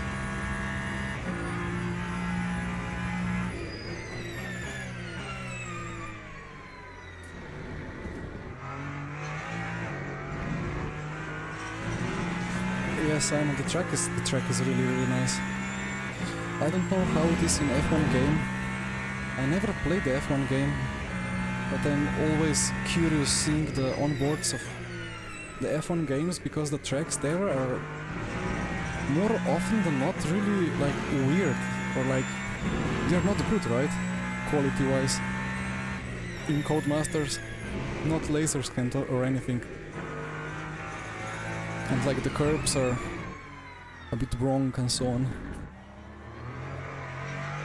Well, maybe it's been different in the past 2 years, but I wasn't really watching much.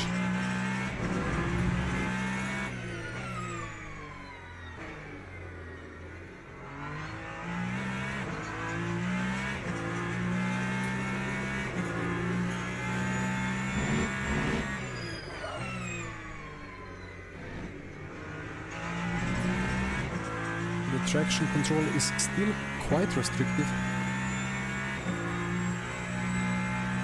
On 7.410 I will have to reduce it.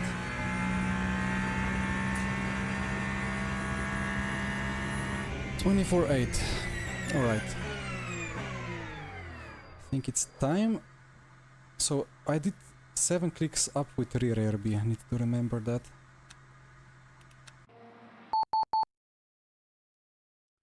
$800 hours in F1 games. Alright, so my impression wasn't wrong. Local co-op split screen, nice, that must be good fun.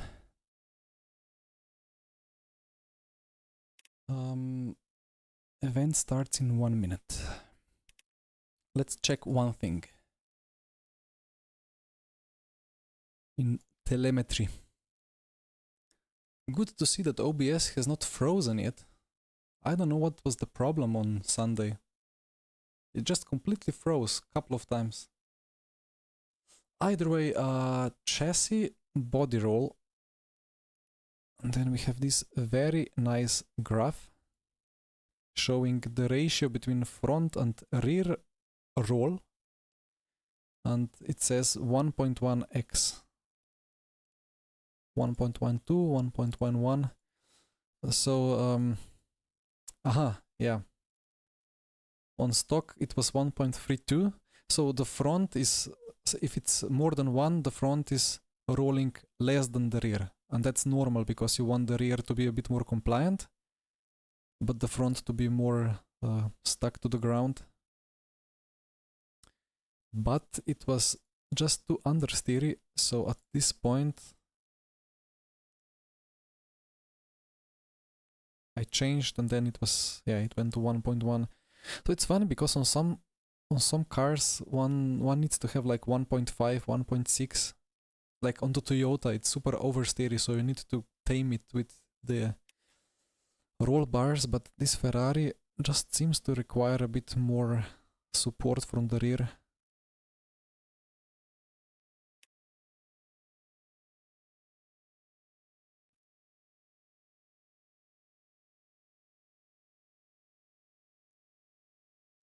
Ah, nice space there then, Simon.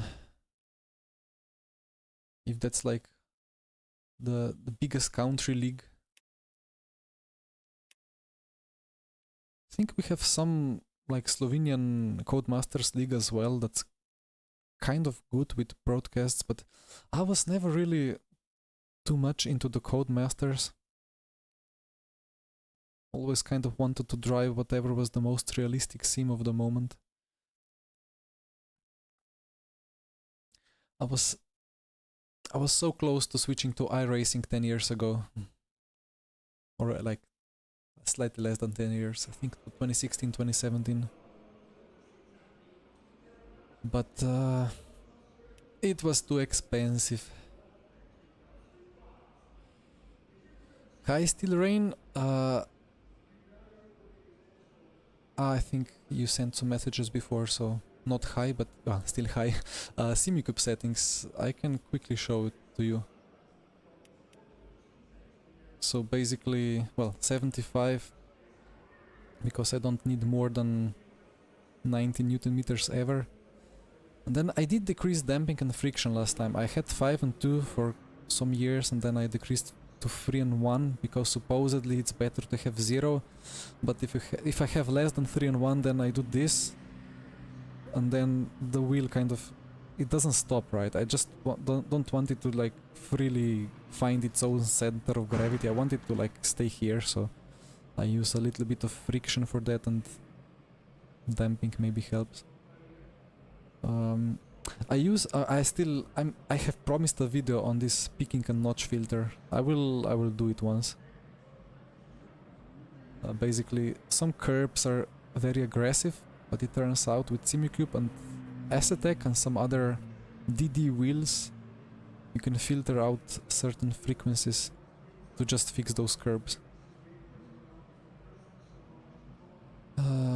Anyway, let's decrease the fuel ratio this time instead of virtual energy.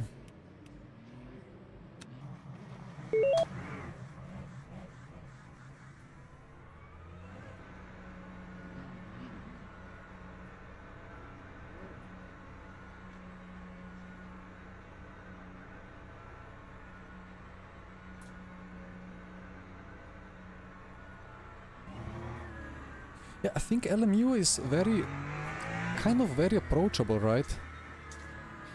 I think it's much more difficult to pick up, well, iRacing and ACC. Like, it's always, if you have some skills, you will be able to enjoy whatever sim.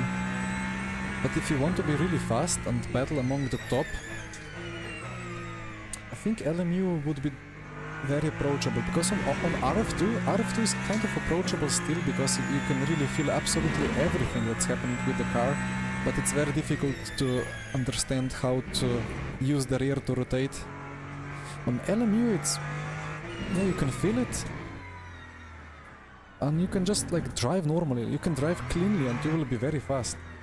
And then on iRacing you just need thousands of laps to understand where the limit of the tire is, because you're never driving on the limit. You're always targeting a little bit, I mean, difficult to explain. But, and then on the ACC, I never understood ACC. I think I said a couple of times, on ACC I can do whole stint within 2 tenths, or within a tenth and a half. Every lap time is super consistent. But it's all gonna be 8 or 9 tenths of pace. And that's just inexplicable for me. I just don't get it. Okay, well, time to be fast. Oi. Okay. All tires. 1, 2, 3, 4, 5, 6, 7. That was kind of solid feeling. A bit less traction control. And rearwards brake bias. I think I did like that before and it was fine.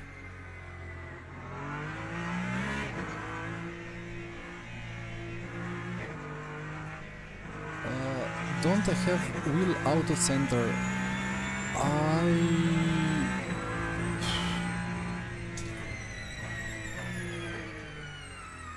What the? Let's not crash. Do you mean? Wait, what is auto center? Centering force. Is that it? I always kind of felt like I should just keep FFB that the game provides and add 0 additional effects, at least in RF2 and LMU. The new update will increase the skill gap at the top. Do you really think so? I think it's a bit easier to be on the top now.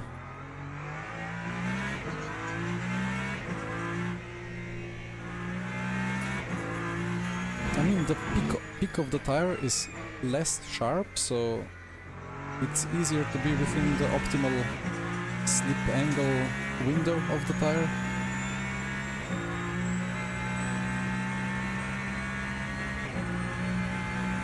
Yeah, crazy indeed. Well, let's have some fast laps. Let's warm up the tires.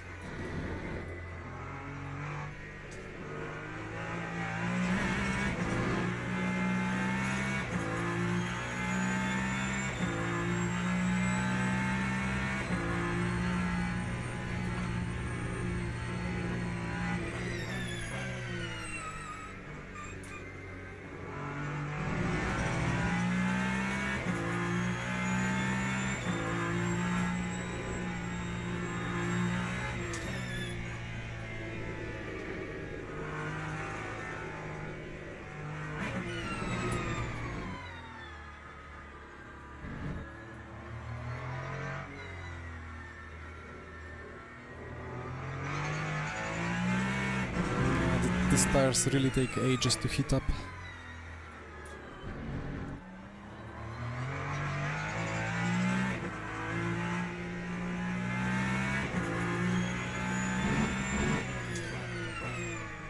One can really feel the motor kicking in during that almost flat out downhill left, because at 190 kph the front axle gets the power and the wheel kind of straightens.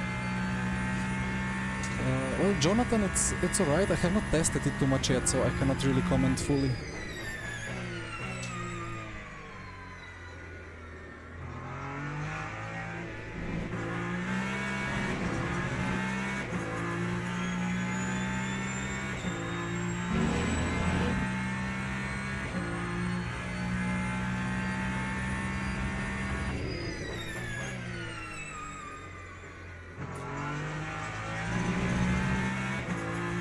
Daniela, why do you think it's like that?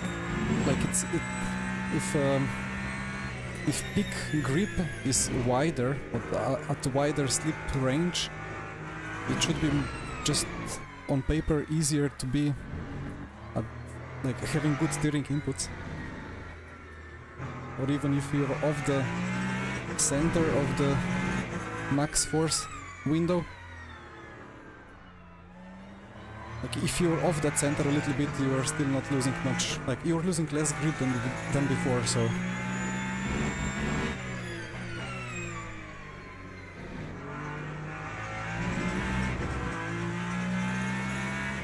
Right, I hope I get 2 more laps after this.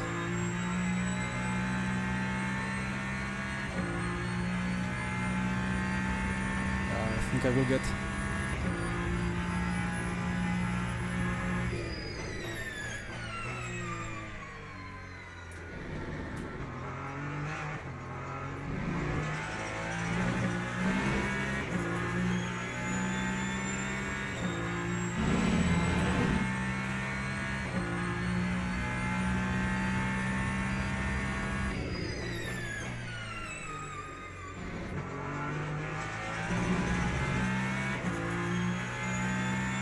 To find the second wall.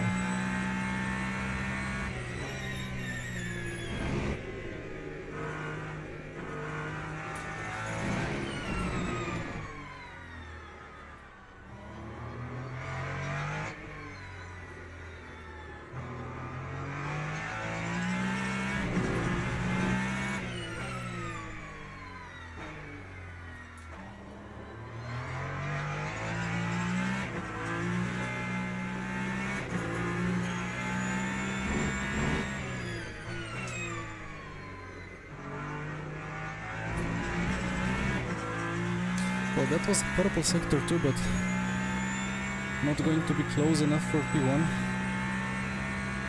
But I should get extra lap, right? 3, 2, 1, come on! Yes, I got it right.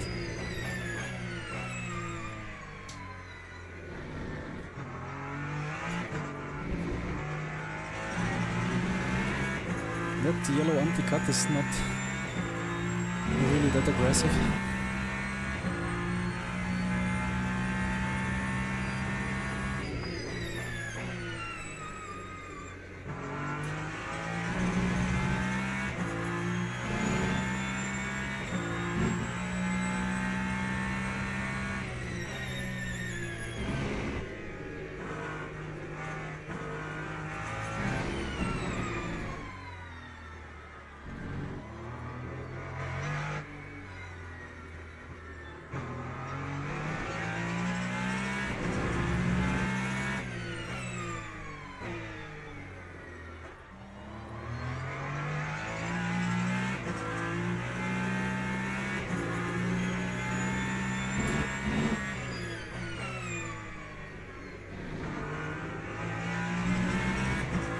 That was a good lap. Missed the curb a little bit on the penultimate left, but this will not be enough for P1. Pacosi or Pachosi, not sure how to pronounce, has improved as well. Oof, well, good pace from him for sure.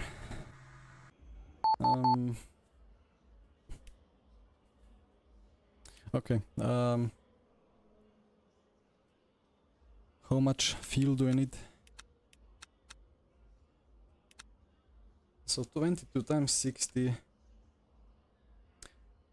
divided by 84-ish, 16 laps. So this time I'll just keep the virtual energy max. Wait, what was the? This was the one. 2.15.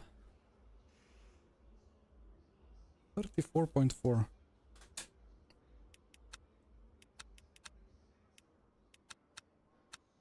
I take a bit more because I don't know. I don't trust myself. Again, it's 22 times 60 divided. It was 84, right? Yes, should be 16 laps times 2.2 in worst case. 36 should be fine.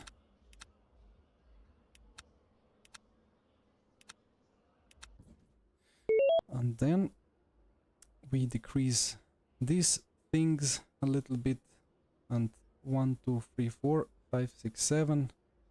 Brake bias a bit to the rear. Max motor map for the start. And we are going.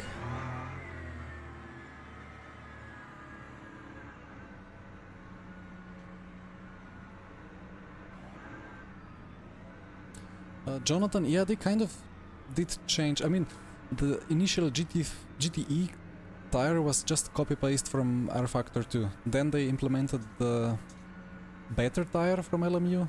Now they changed tires on all the cars, or like adjusted them.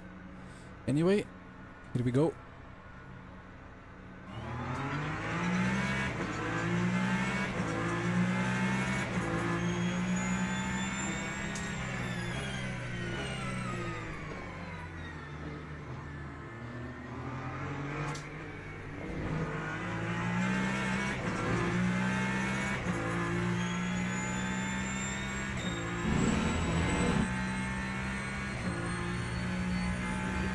We are weaving,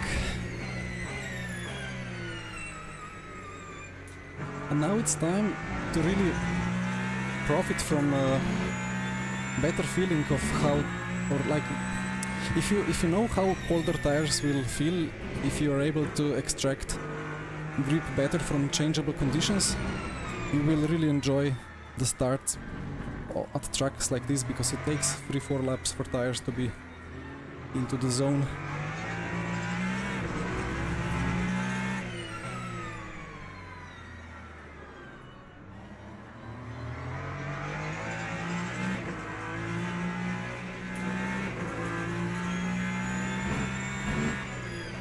Oh no, he's using the iRacing line. I thought that was grass on the right. It's actually grippy tarmac. That's a bug that needs to be adjusted.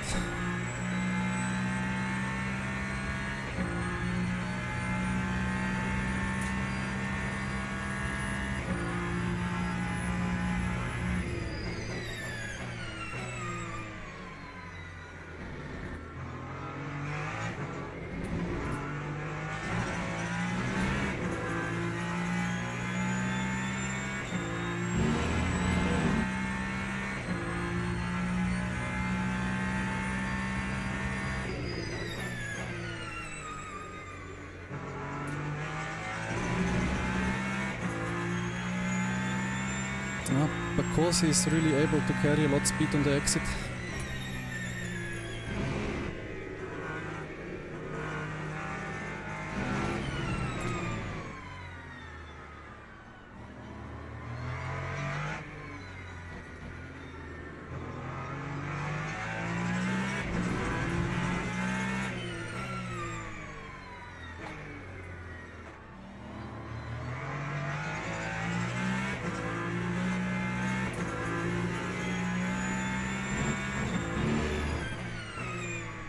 That's just a curb. Okay. I'm still scared of using it, but it opens up the last corner a lot.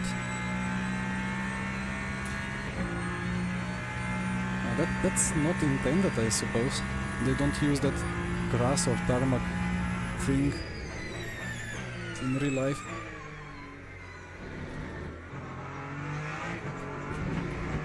And this yellow anti-cut is not really an anti-cut,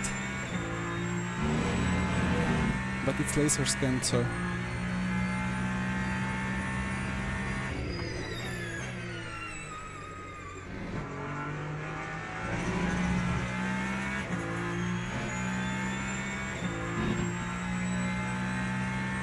yeah, Kyle, for sure. I mean, RF2 track is what, 10 years old now, or even more, like the base model, with just graphical updates and so on, and resizing or reprofiling some curves.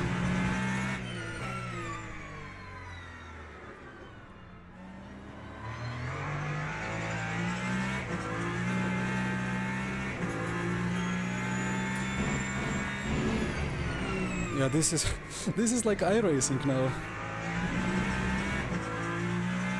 Dear Studio.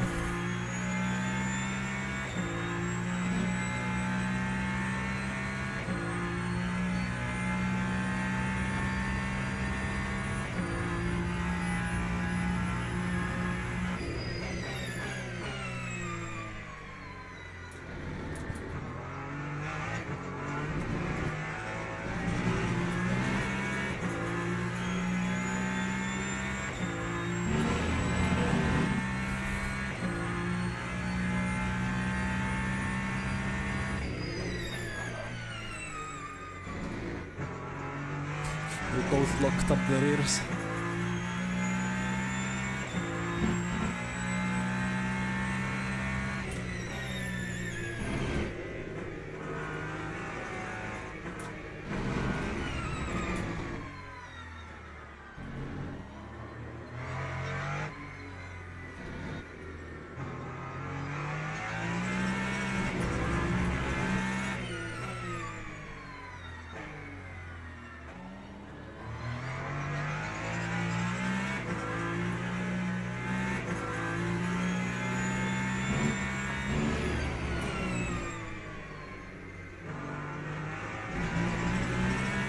I suppose I'm gonna use that tarmac for the time being, but then if it becomes too much of a muscle memory, and when they update the track to decrease the grip there, people will suddenly start flying off track.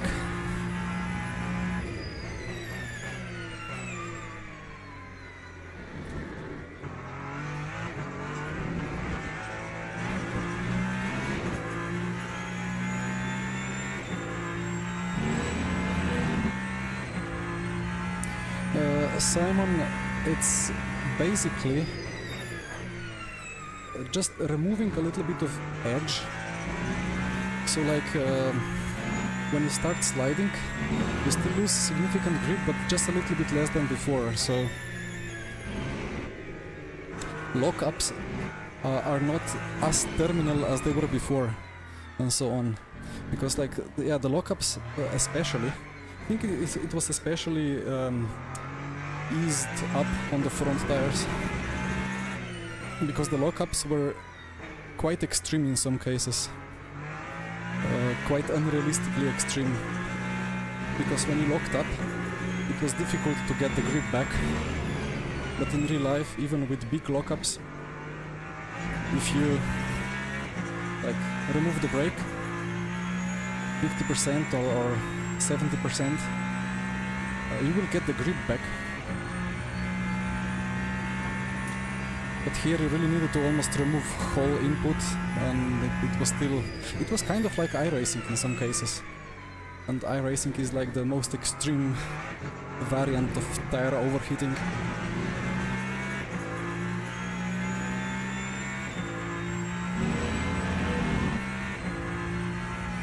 Kosi is so fast. I hope I'm pronouncing his surname correctly, but he's flying.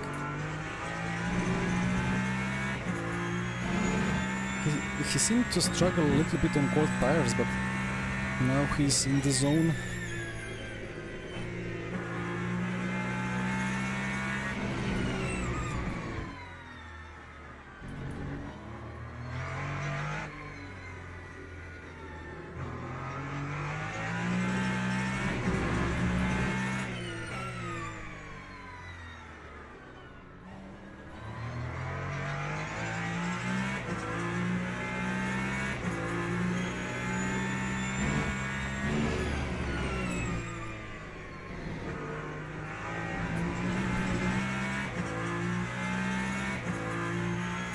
I think I need a bit more of traction control.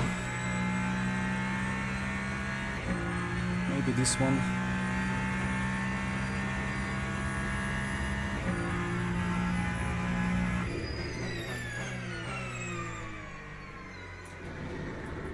Ooh. That was a big moment for him. Nice save, but still the tires, when they get hot, they are hot.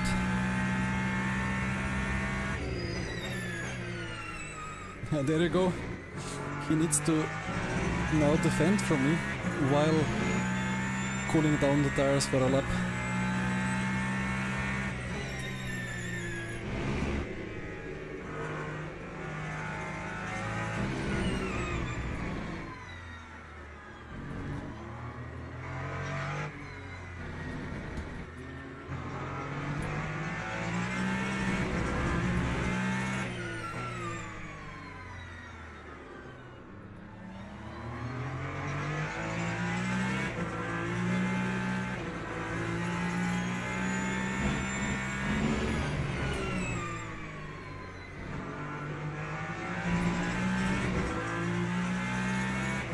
Hi, Yankesh.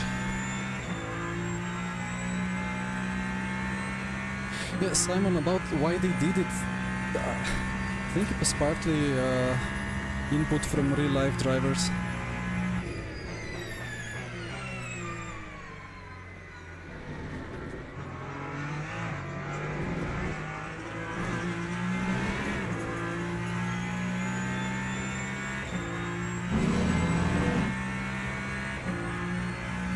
What's my first impression? Really, really good. The GT3s.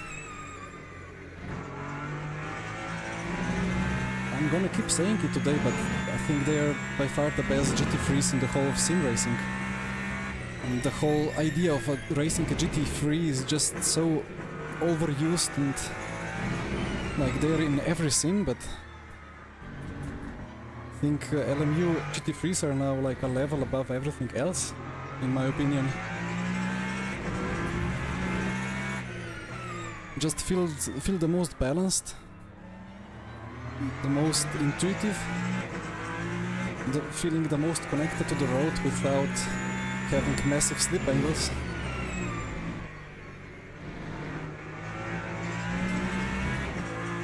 And well, I mean, if you're super into being very correct about the rulebook, they're the only ones with virtual energy system and stuff like that, and the correct WEC-BOP. But yeah, again, when I did my first laps, as I took the McLaren around Interlagos here, I was literally getting emotional over it. Like it felt so good, like so connected.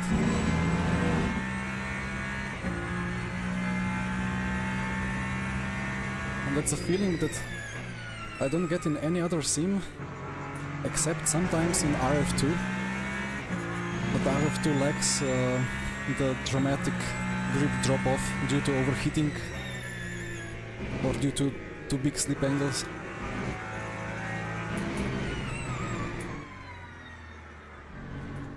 But even now, like this Ferrari hypercar, it's a bit like lousy, or how would I say?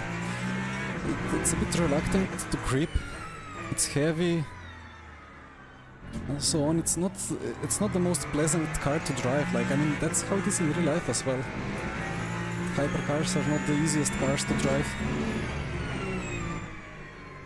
But still, it feels so good for some reason. I kind of get the idea, like, I mean, I watched some on-board laps of like, I don't know, pole positions of WEC and so on. I get the feeling I'm watching the onboard video from real life when I drive this. So I don't know what it is, but it's just so good.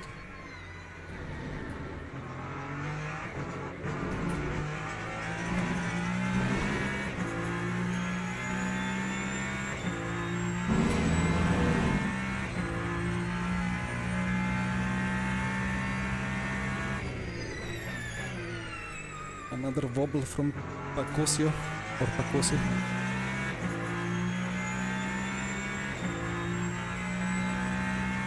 Why does this guy race only last 90 minutes? Well, there is gonna be a 2.4 hour race on Sunday or like Saturday. I'm gonna do the Le Mans 2.4 on Sunday evening. Still deciding whether I should take GT3 or hypercar.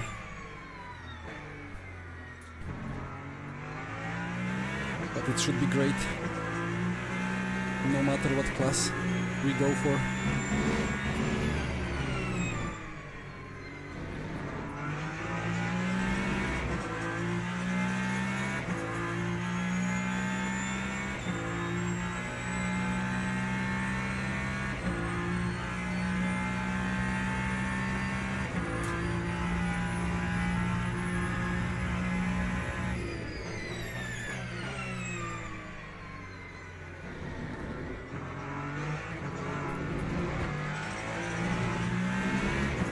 He is loading the tires so much, locking up, being sideways.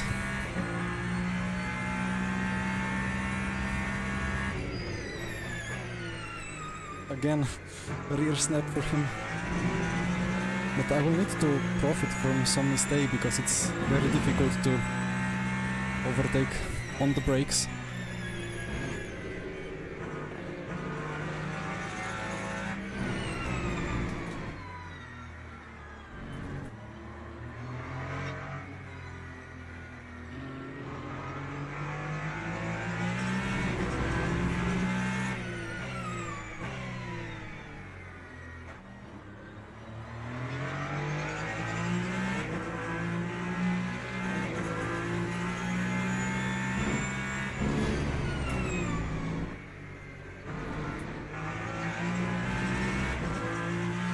I am useless in the last corner.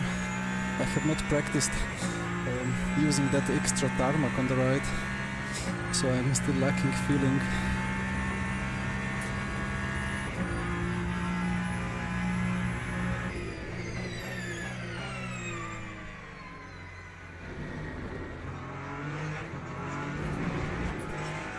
And that was a bit too much of cut, for sure.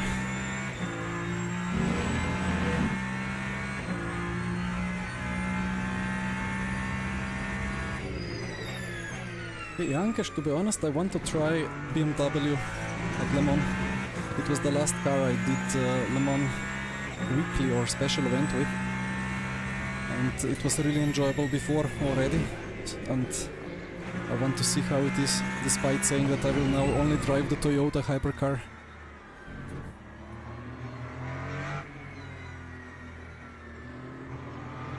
No grip around the outside.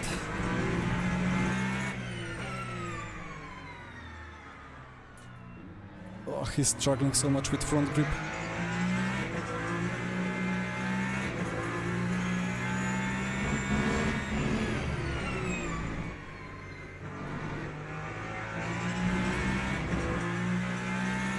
Let's see if there is any slipstream.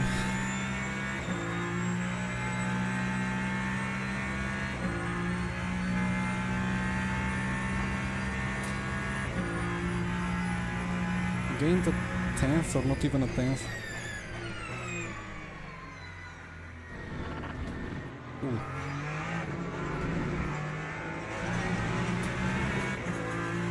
So turn 1 curb cannot be abused like that on the inside.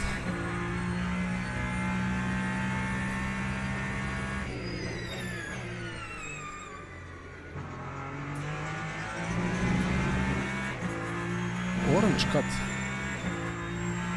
Okay.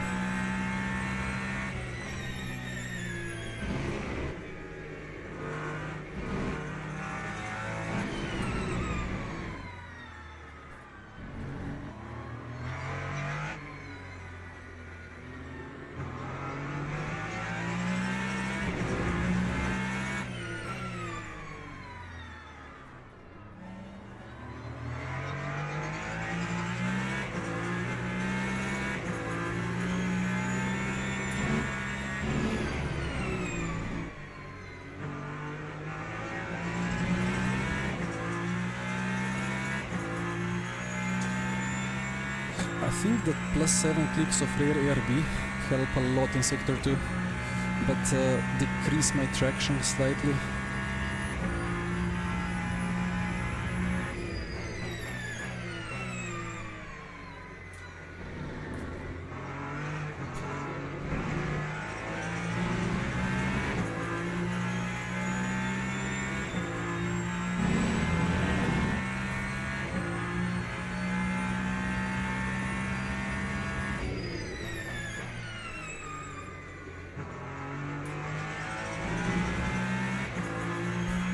How is he staying on track with so many wobbles on entry?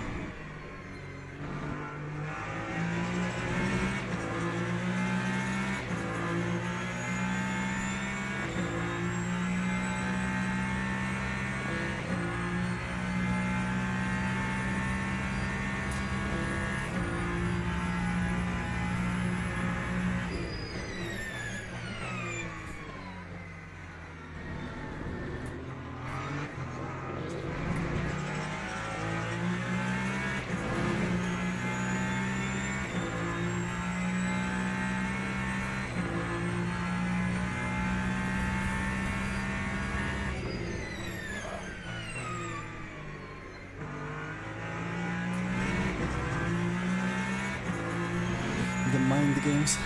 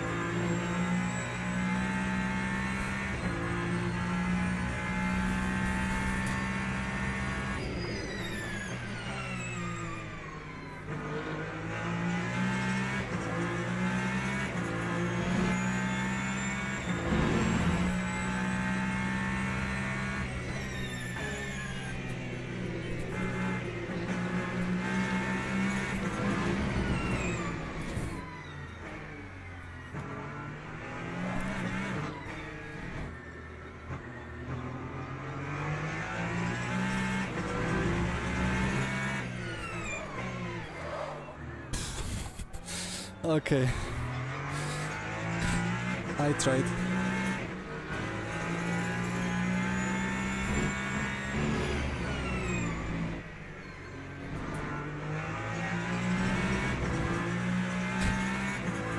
I think my toe is not gonna be enough to get even alongside, but that was a great race. Not one, but I just want to say yes. This is such a good fun. It's so great to drive this and battle these cars.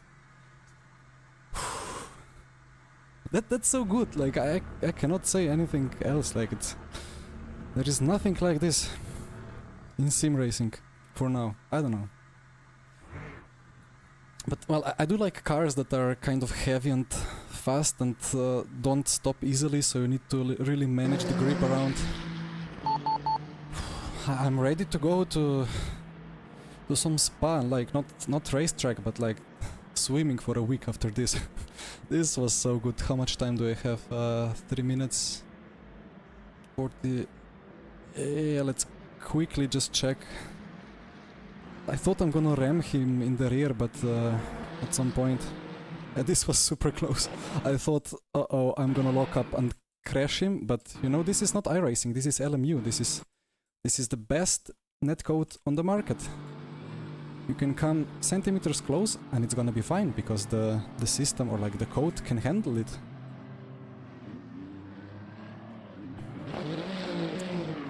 I've done this move in the past. This, like, getting a switchback and then carrying the speed around the outside, and at this point I thought I have a chance. But then I floored it a bit too much. I expected a bit much downforce, and then yeah, just wasn't gonna work. Oof. That was a brilliant race. Off to next one. I think I should have 3 minutes spare. Just let's check the gains. Plus 0.8. Alright. Into intermediate before it goes off. LMU GT3 Sprint Cup, that's the one. Where are all the registrations?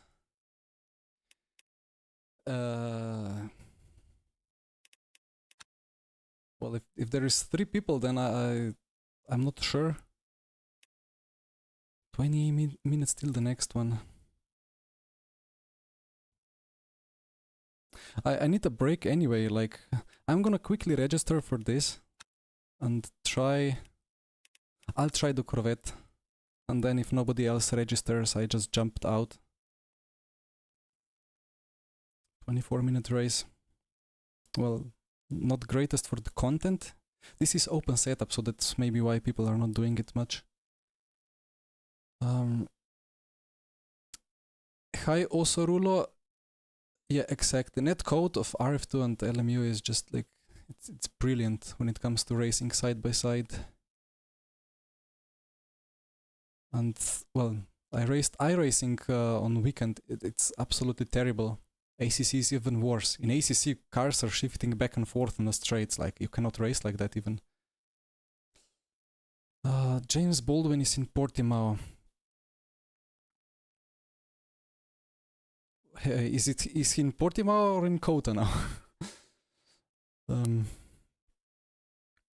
So this is gonna be my last race anyway. I don't have time to wait for any other race, because then I will have like 2 hours of a break, and then I will do the 90 minutes in the evening.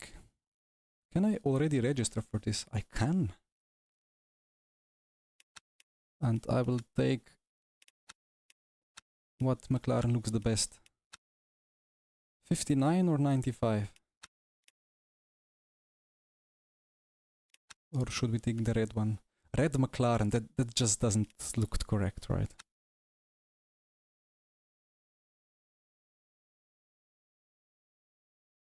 Okay, well, first in for the special. But now let's... before I forget.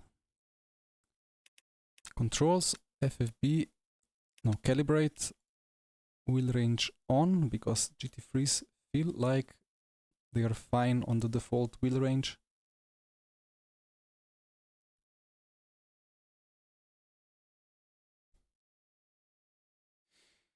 Hi Apache. We were racing. It was you. Yeah, it was it was a really good race. It's so much fun to race this car side by side.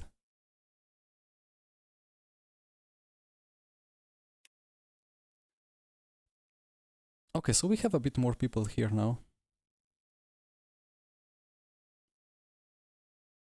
And that other race is in 3 hours. It's gonna work fine. I mean, I kind of want to check every GT3, and I have done BMW, I have done Ferrari, I will do McLaren in the evening, so the Corvette feels good here, especially when it's Kota. I need some water.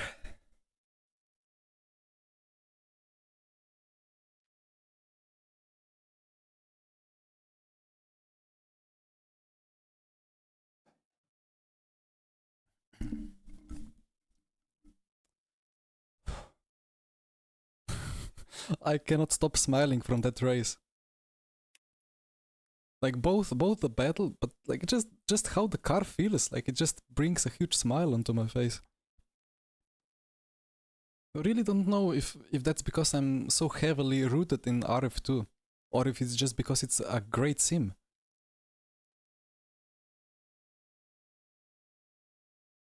I don't know. I want to think that it. I mean, surely it's both, but I like to think that it's such a good sim that it brings smiles on my face.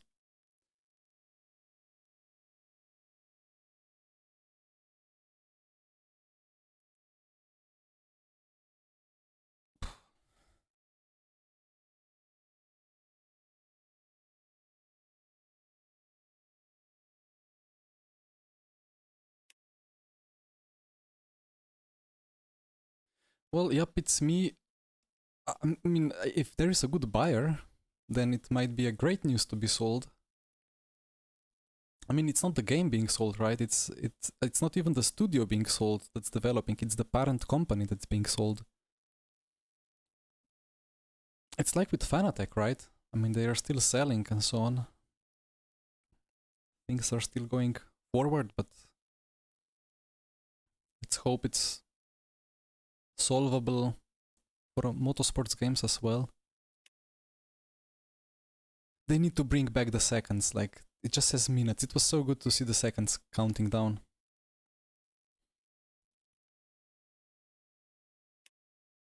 But it would be, like, that would be the biggest tragedy for sim racing, to let RF2 or LMU die off. Ooh, Taha is joining. Fast and aggressive. Imagine just having iRacing and the Kunos sims.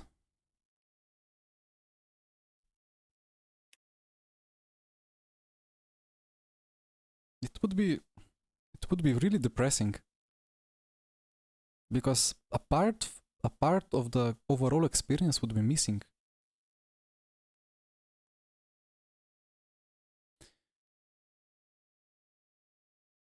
Yeah, will be a spicy race indeed. I just hope he hasn't practiced. But this is gonna be my first laps with this car, and I have heard that it's a bit more difficult than some other cars, so let's see.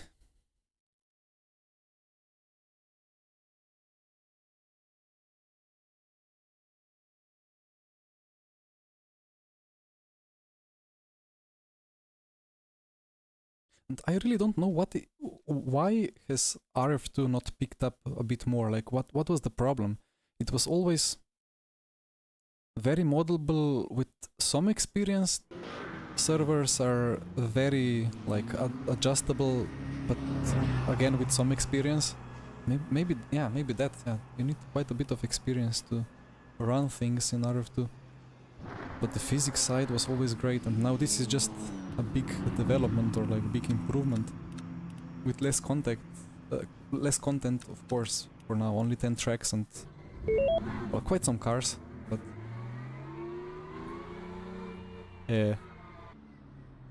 that's not a Corvette. Did they register with the BMW?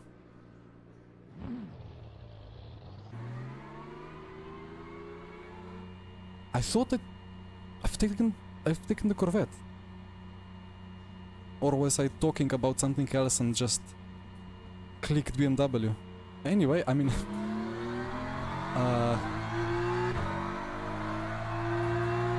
I registered the McLaren for the special event, and then I thought,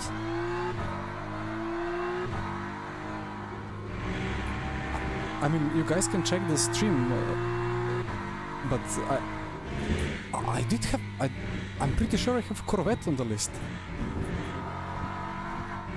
Yeah, I was looking at the entry list, and there was Corvette on there.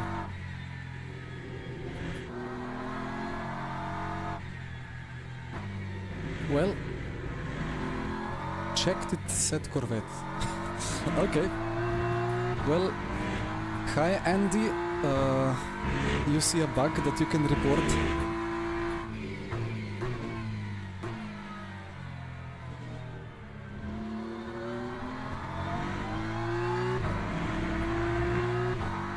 Well, Andy, perfect time really for you to join, like straight into the bug.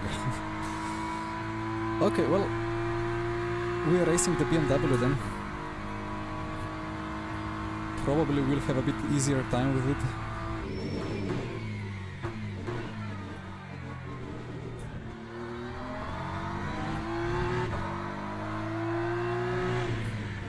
Freedom of choice, of course.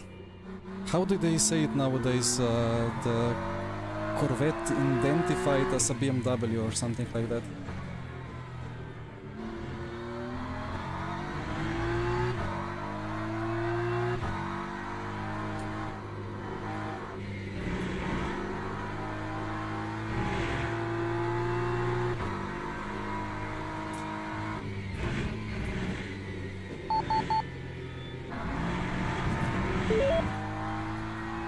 Well, Andy, I don't have time to leave and rejoin. It's already going to quali now.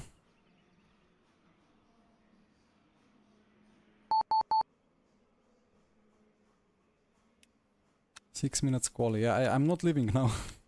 I need laps. It's open setup, right?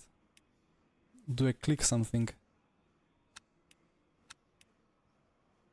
Soft springs onto default setup. Wow, they are learning.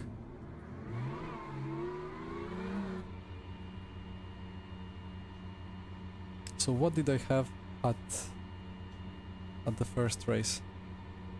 537 or something like that, and then ABS was... oh, that's brake bias. ABS was 7-ish.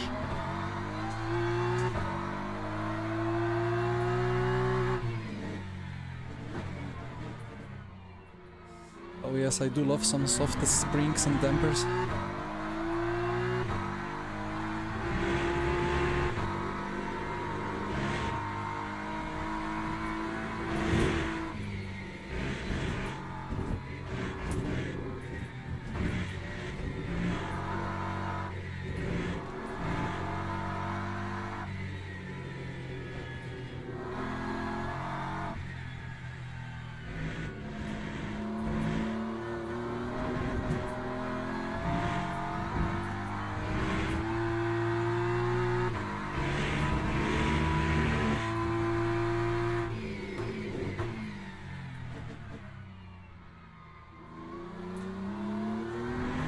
It's interesting to watch the tire temps, because sector 1 here means that a lot of energy goes through the tires.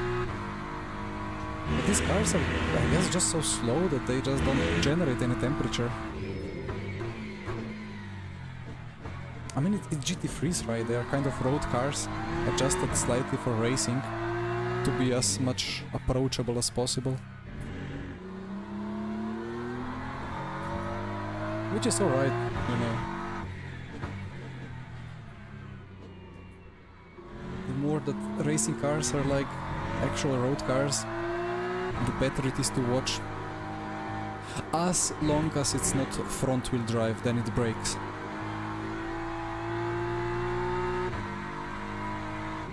My OBS is still working, so I suppose I just needed to update OBS, and now it's not crashing. Pleasantly surprised. Anyway, 2 quali laps, here we go.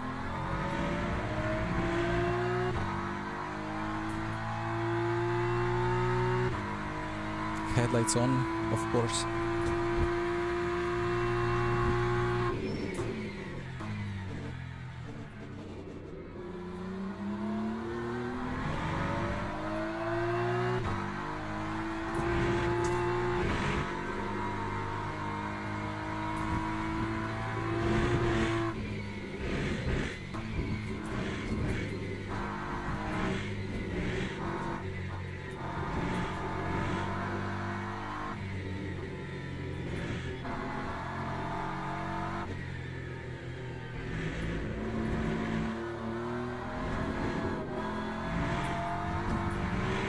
Maybe second gear would be better there.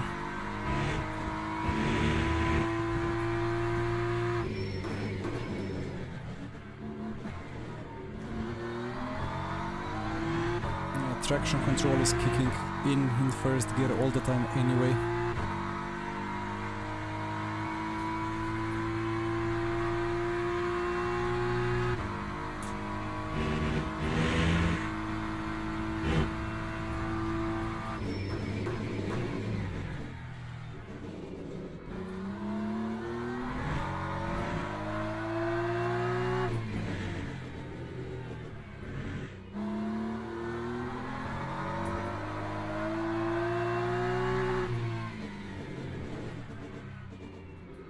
This car is just so well set up. So easy to feel the limit and have the neutral balance.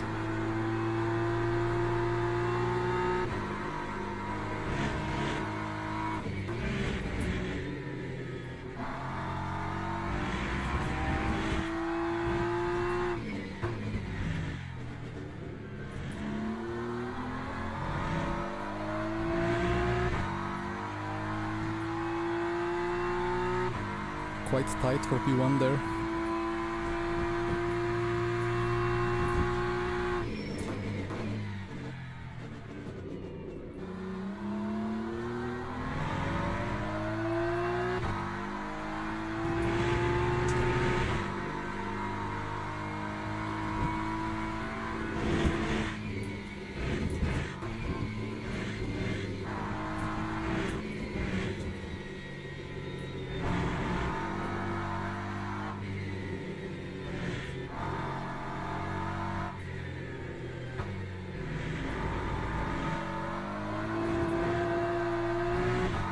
Slightly more agile in second gear.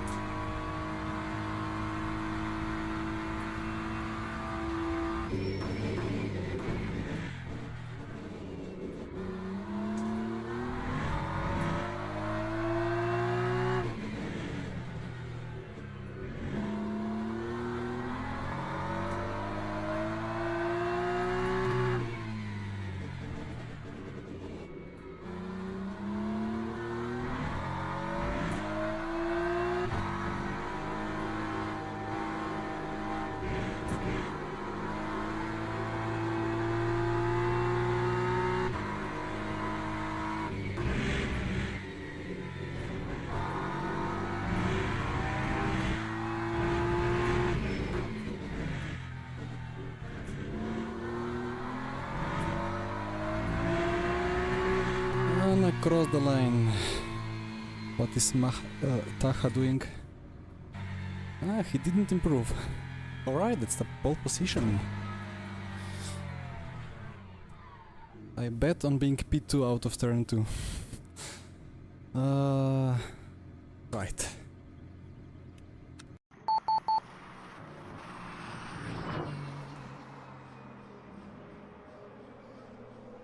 Hi Kilabesi.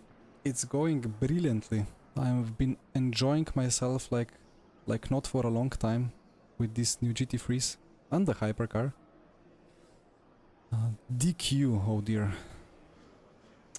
Right, 24-minute race. We're gonna be doing 126 seconds per lap. That should be max 12.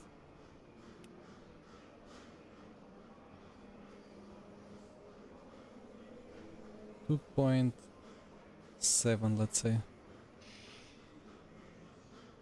34 is safe. Yeah, the fuel usage at Kota is really low. I mean, you're kind of high speed in sector 1, but you're coasting all the time. So makes sense. 34. Just gonna set this here. 537. Gonna take 7 ABS. And that's all that we need. Now that car even has 2 wets and 2 mediums. I really wonder what's the deal with these wets popping up. I mean, nobody is really starting on wets, it's just a visual glitch.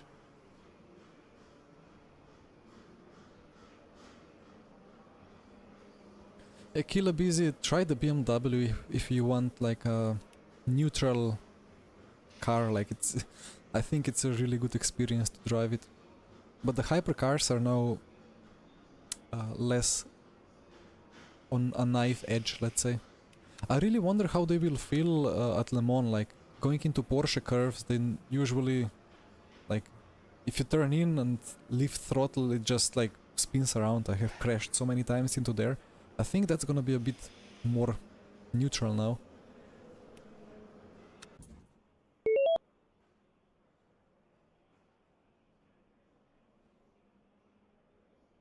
But yeah, a funny bug indeed. Registering with the Corvette, trying to drive a US car on US track. But server says, nope, you'll be driving a BMW. That's alright.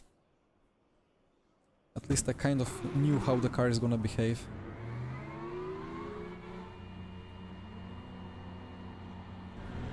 Out of line, where is the line? Well...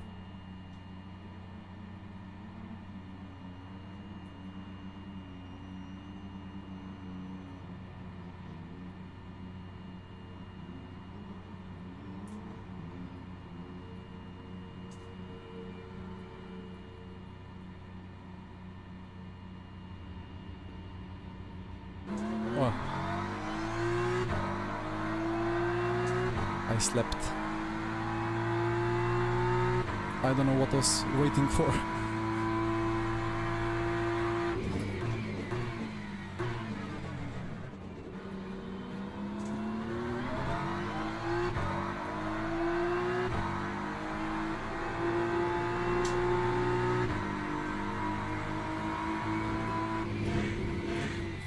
I told you. I had a feeling. I mean, I have messed up the start monumentally anyway. But still, should be able to hold the P1. I think Mali kind of went off track and just gained, like, carried more speed around the outside. I don't know.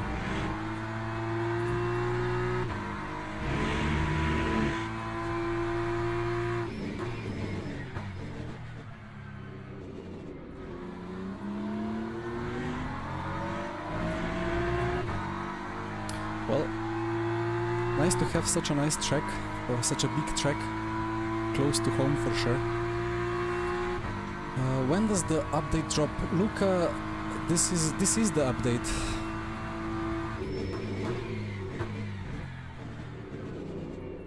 LMU is currently enjoying probably close to 2000 live players.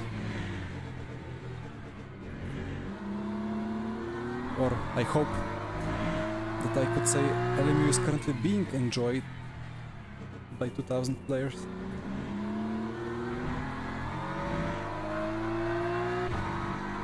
And about iRacing update, I don't know when is it on. I remember last time when the rain was getting introduced, basically the game was down for a whole day and then it went live very late in the evening.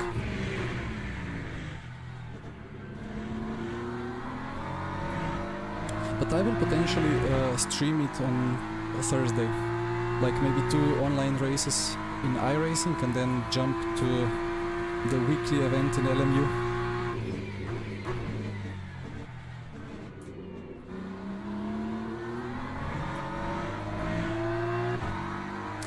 Yup, it's me, it's a Grid Engineering Porsche RSR replica.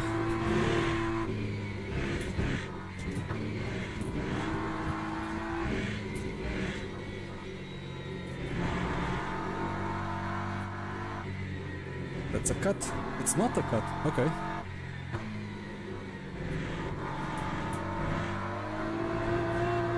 Have to start cutting more then. Wait, where did I got the cut now? Whatever.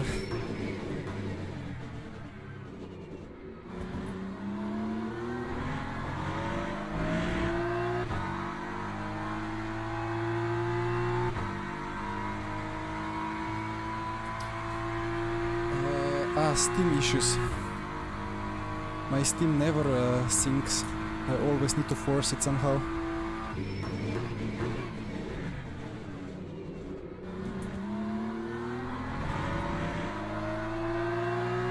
About AMS2, I have not tried it, but I think I'm not gonna be trying it at all.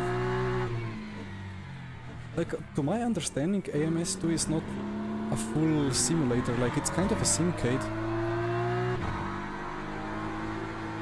I know it's kind of built upon old RF2 code to some extent, like a race room.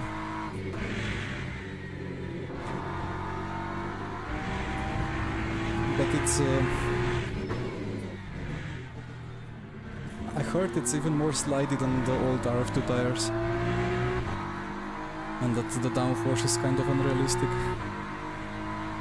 So I never was inclined to try it.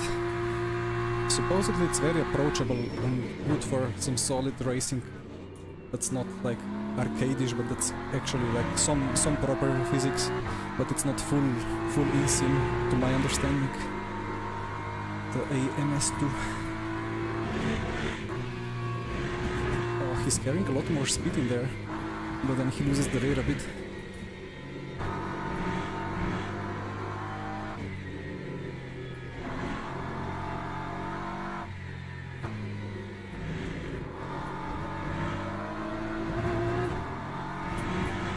That's a cut.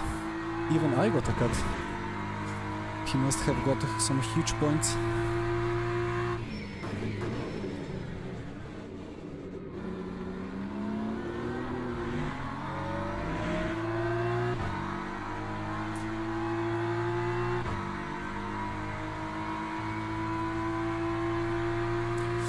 Epilogue, it's I don't know how to say, but like my graphics is kind of on the lowest possible. Like some settings are on medium or high, but mostly it's lowest possible. So I think the OBS and the camera trickery is doing some stuff, making it look pretty nice. I mean, the game looks fine. But to be honest, there is not much to be done with it, right?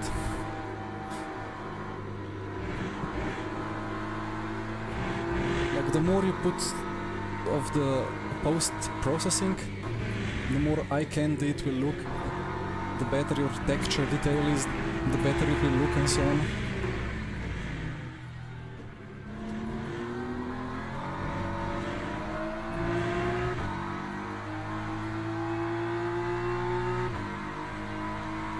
They updated the physics for the tire slide. Well, I mean, at some point, if I have time, I might check AMS2. But to be honest, like, there is so much going on. iRacing, LMU updates, and then AC Evo. I'm just not sure when exactly AMS2 comes to, like, in a way that I would be able to actually properly test it. And it's not just iRacing, AC Evo and LMU, but it's also, if you know, you know, but the last garage sim being used in Sim Formula, Sim Expo in January, where we will have that nice esport little event with the sim that is not released yet, that nobody has ever tried. So it's 4 sims, and then apart from that it's AMS2, so it's difficult to find time. And race room with the tourers, yes. I have race room, but I have not touched it for quite some time. Yeah, it's a lot of content, and I hope that LMU gets like 3k peak players today, and that half of them say at least, well, this is a great experience, I want more of it.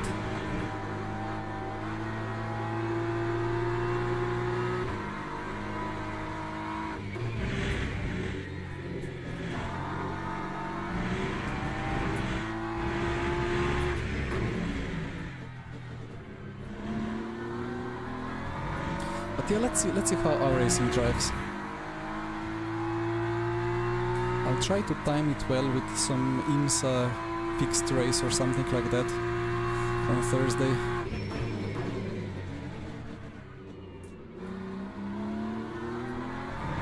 And see if the cars feel connected to the road now.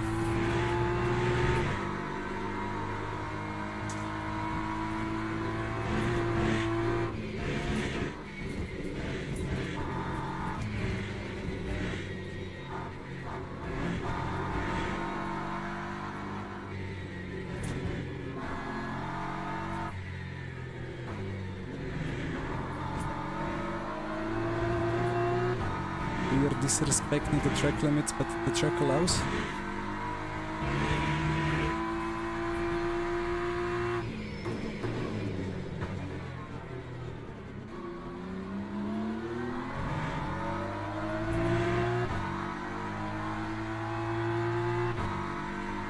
Yup, it's me.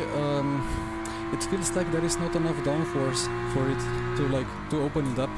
It felt in the past that it's better to just stay tight. Otherwise, front left just keeps overheating.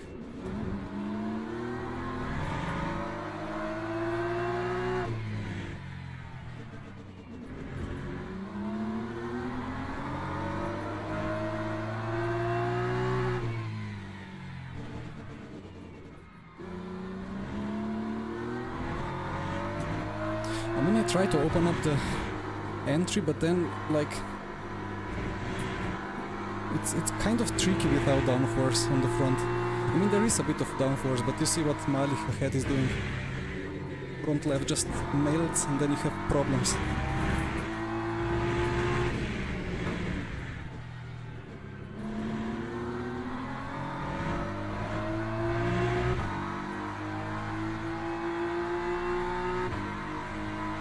Is it time for a dive bomb?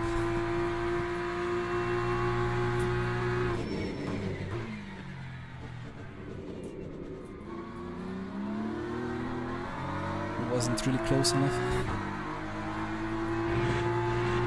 Maybe I was, but I'm not confident in the new GT3s and ABS yet.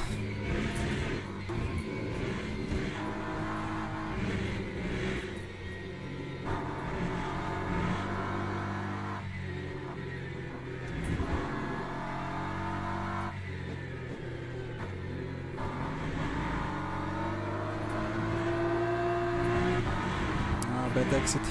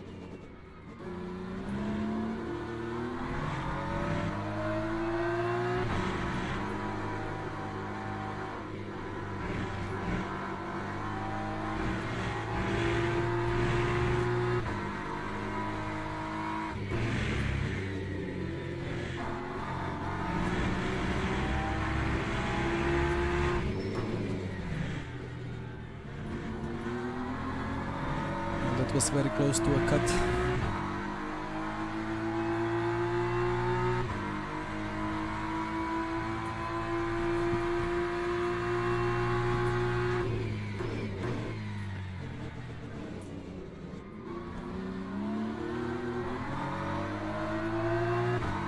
I will get my chance.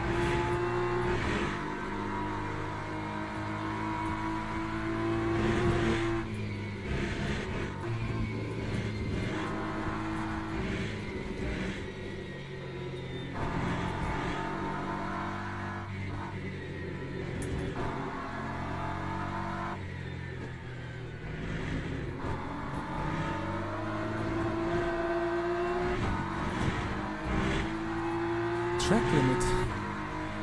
For what?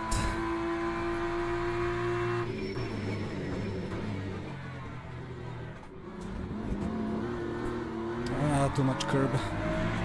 He's struggling there with that apex a bit, but I cannot somehow profit from it.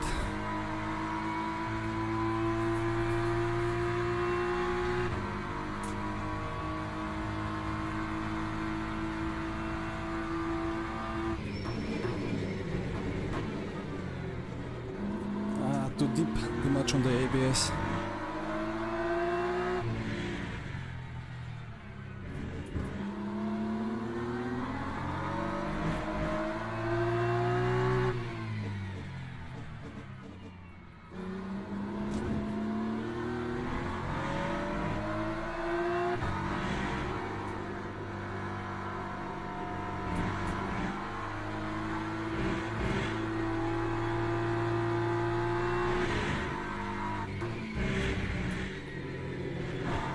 I think he absolutely smashes the front left there for that triple right.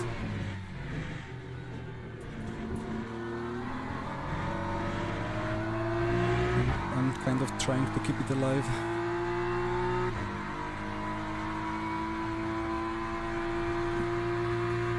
It was made for Christmas. Like a Christmas sweater. Oh, what was that? EBS?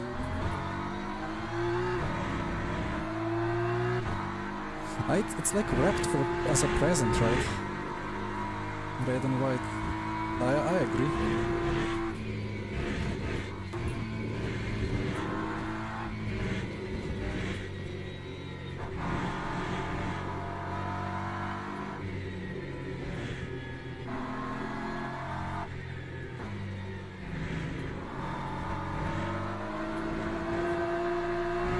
Man, we are melting the front so much. Why? Where is that track limit coming from? And another one. Like it's so lenient in sector 1, and then when we switch to sector 2 for that exit, it's just super strict. Well,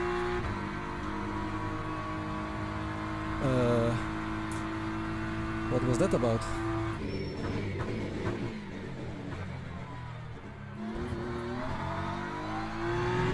I mean, into the lead, but that's a bit confusing.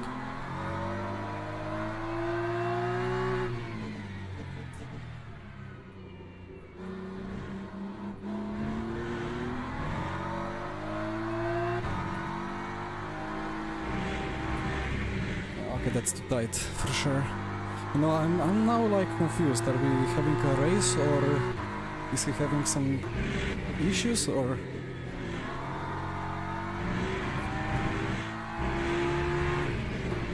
he got a drive-through for track limit, supposedly. He was quite a lot beyond the white lines. Yeah, well... either box for drive-through, box for a telephone call, maybe box for a toilet, who knows. But yeah, potentially there was too much pressure, or maybe he was just not comfortable with the car, so he has let it slip beyond the white lines. Way too much. But yeah, here like you can just ignore the white lines, and here you can just like do this and it's fine. Not even a calculation. Here as well. And this apex as well, but then here you go a little bit beyond it, it's already evaluating.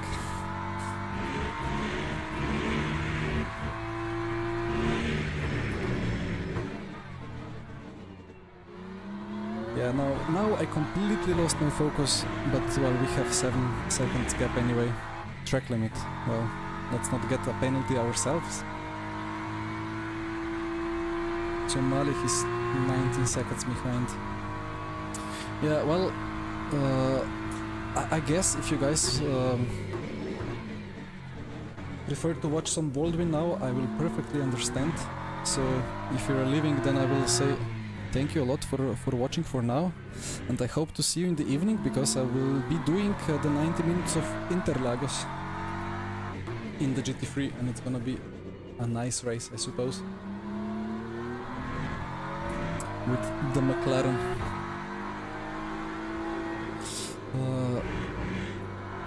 Well, 3 laps to go, I think. 3 cruising laps. With the Corvette that changed into the BMW upon loading the server.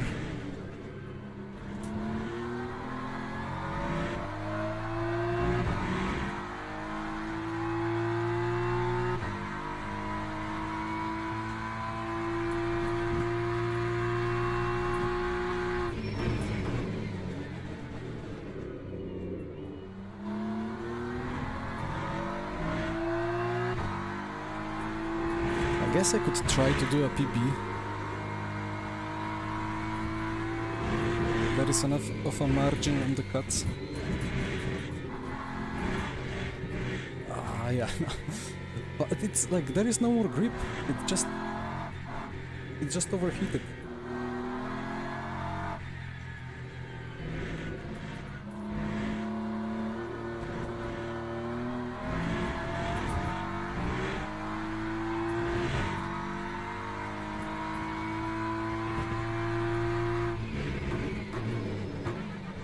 Anyway, I hope Baldwin is having fun, and that maybe even now Yox started appreciating the FFB a little bit more.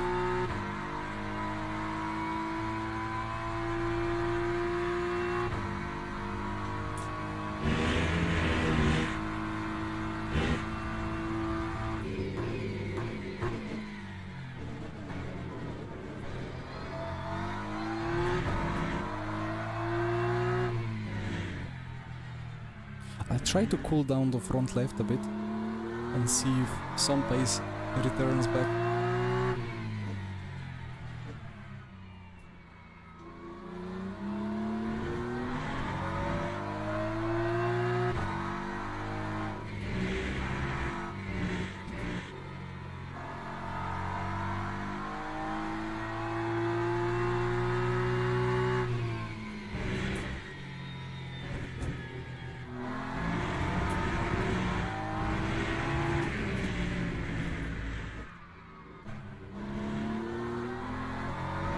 So 2 laps to go. Fuel is good.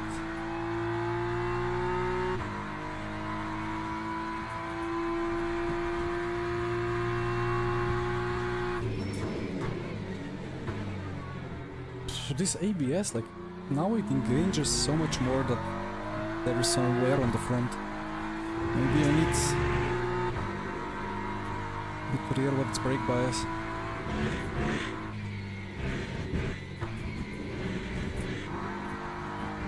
Hi Liminal, welcome to the last 2 laps.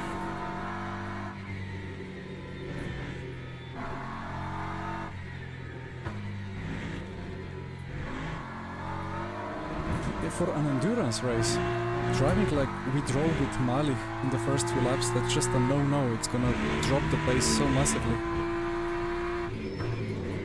And that was on 34... wait. Weather forecast track, and now we have 3 temperatures. Yeah, because of the forecast. So 42.3, that's quite hot. So some management of the tire temps is surely needed. Alright, it's me, enjoy. How was the GT3 for me? It's really, really nice. I mean, for now, I like the BMW the most. I should be now driving the Corvette, but server decided to give me the different car, so I don't know how the Corvette drives. And for McLaren, it's alright. I've done 15 laps offline before and did some setup clicks for this evening, and it's nice, it's enjoyable. Okay, so tires are a bit further cooled down, so maybe let's see if there is some grip now. the last lap.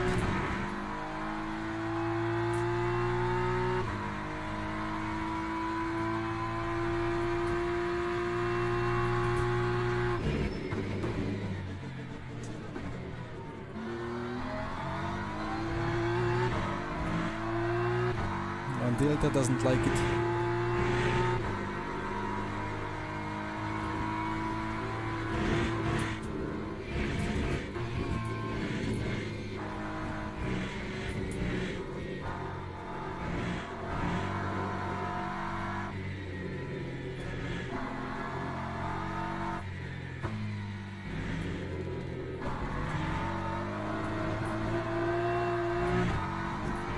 Half a second off pace. Yeah, there is a massive thermal deg.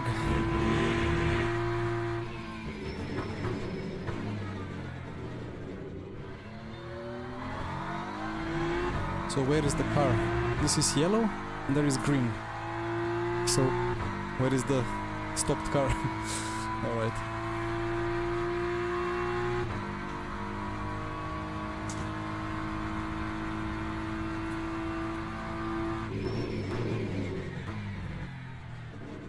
So that's something I need to be careful for in the evening, not to over push the tires, otherwise we will suffer. And it's a 90-minute race, so one set should be fine. Especially with Interlagos being lower energy track.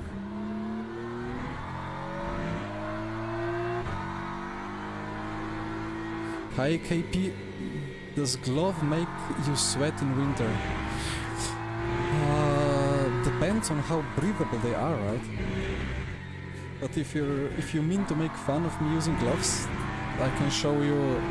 Well, I cannot show you because the blisters have healed, but I get blisters on the palms of hands within an evening of driving, so I absolutely have to use the gloves to not have skin damage. But alright, 4 races, 3 podiums, 2 victories, and a lot of fun. This is so nice. I really hope people appreciate this physics. And no game crashes, no bugs, everything works. Apart from the car being a different car, that's what I register with, but it's fine. The game knew that I will enjoy this more, so... I'm just gonna quickly watch the start, because that was a massive mistake for me. Yeah, one thing with Kota, like, there is a problem. If you're P2, you're absolutely done, because it guides you to go around the outside, and after corner, like, you're not alongside anymore, like, you lose so much space. It's better to be P3 than P2, so I don't know if there is a workaround, or if you can just ignore what the game says. But at this point here, it's already, like, hold 60, so, like, if you accelerate too much, you will get penalty. I don't know.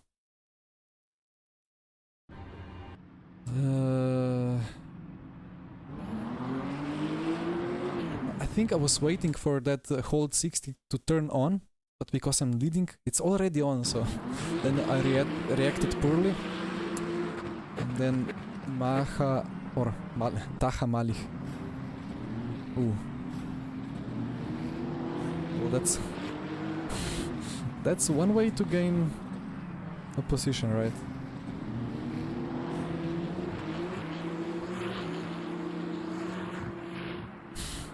Oh well. He went full in. Anyway, let's quickly check how much I gained. Then I take a bit of a break. And then I will be back in the evening. Let's see if Michi is streaming as well. I guess everyone will be streaming whole day anyway. Plus 1% back. Alright, well, if you're still here, if you're not jumping off to Baldwin, feel free to jump off. I'm off. Thank you for watching, for the likes, for the comments. See you later. Bye bye. My stream deck, come on. There we go.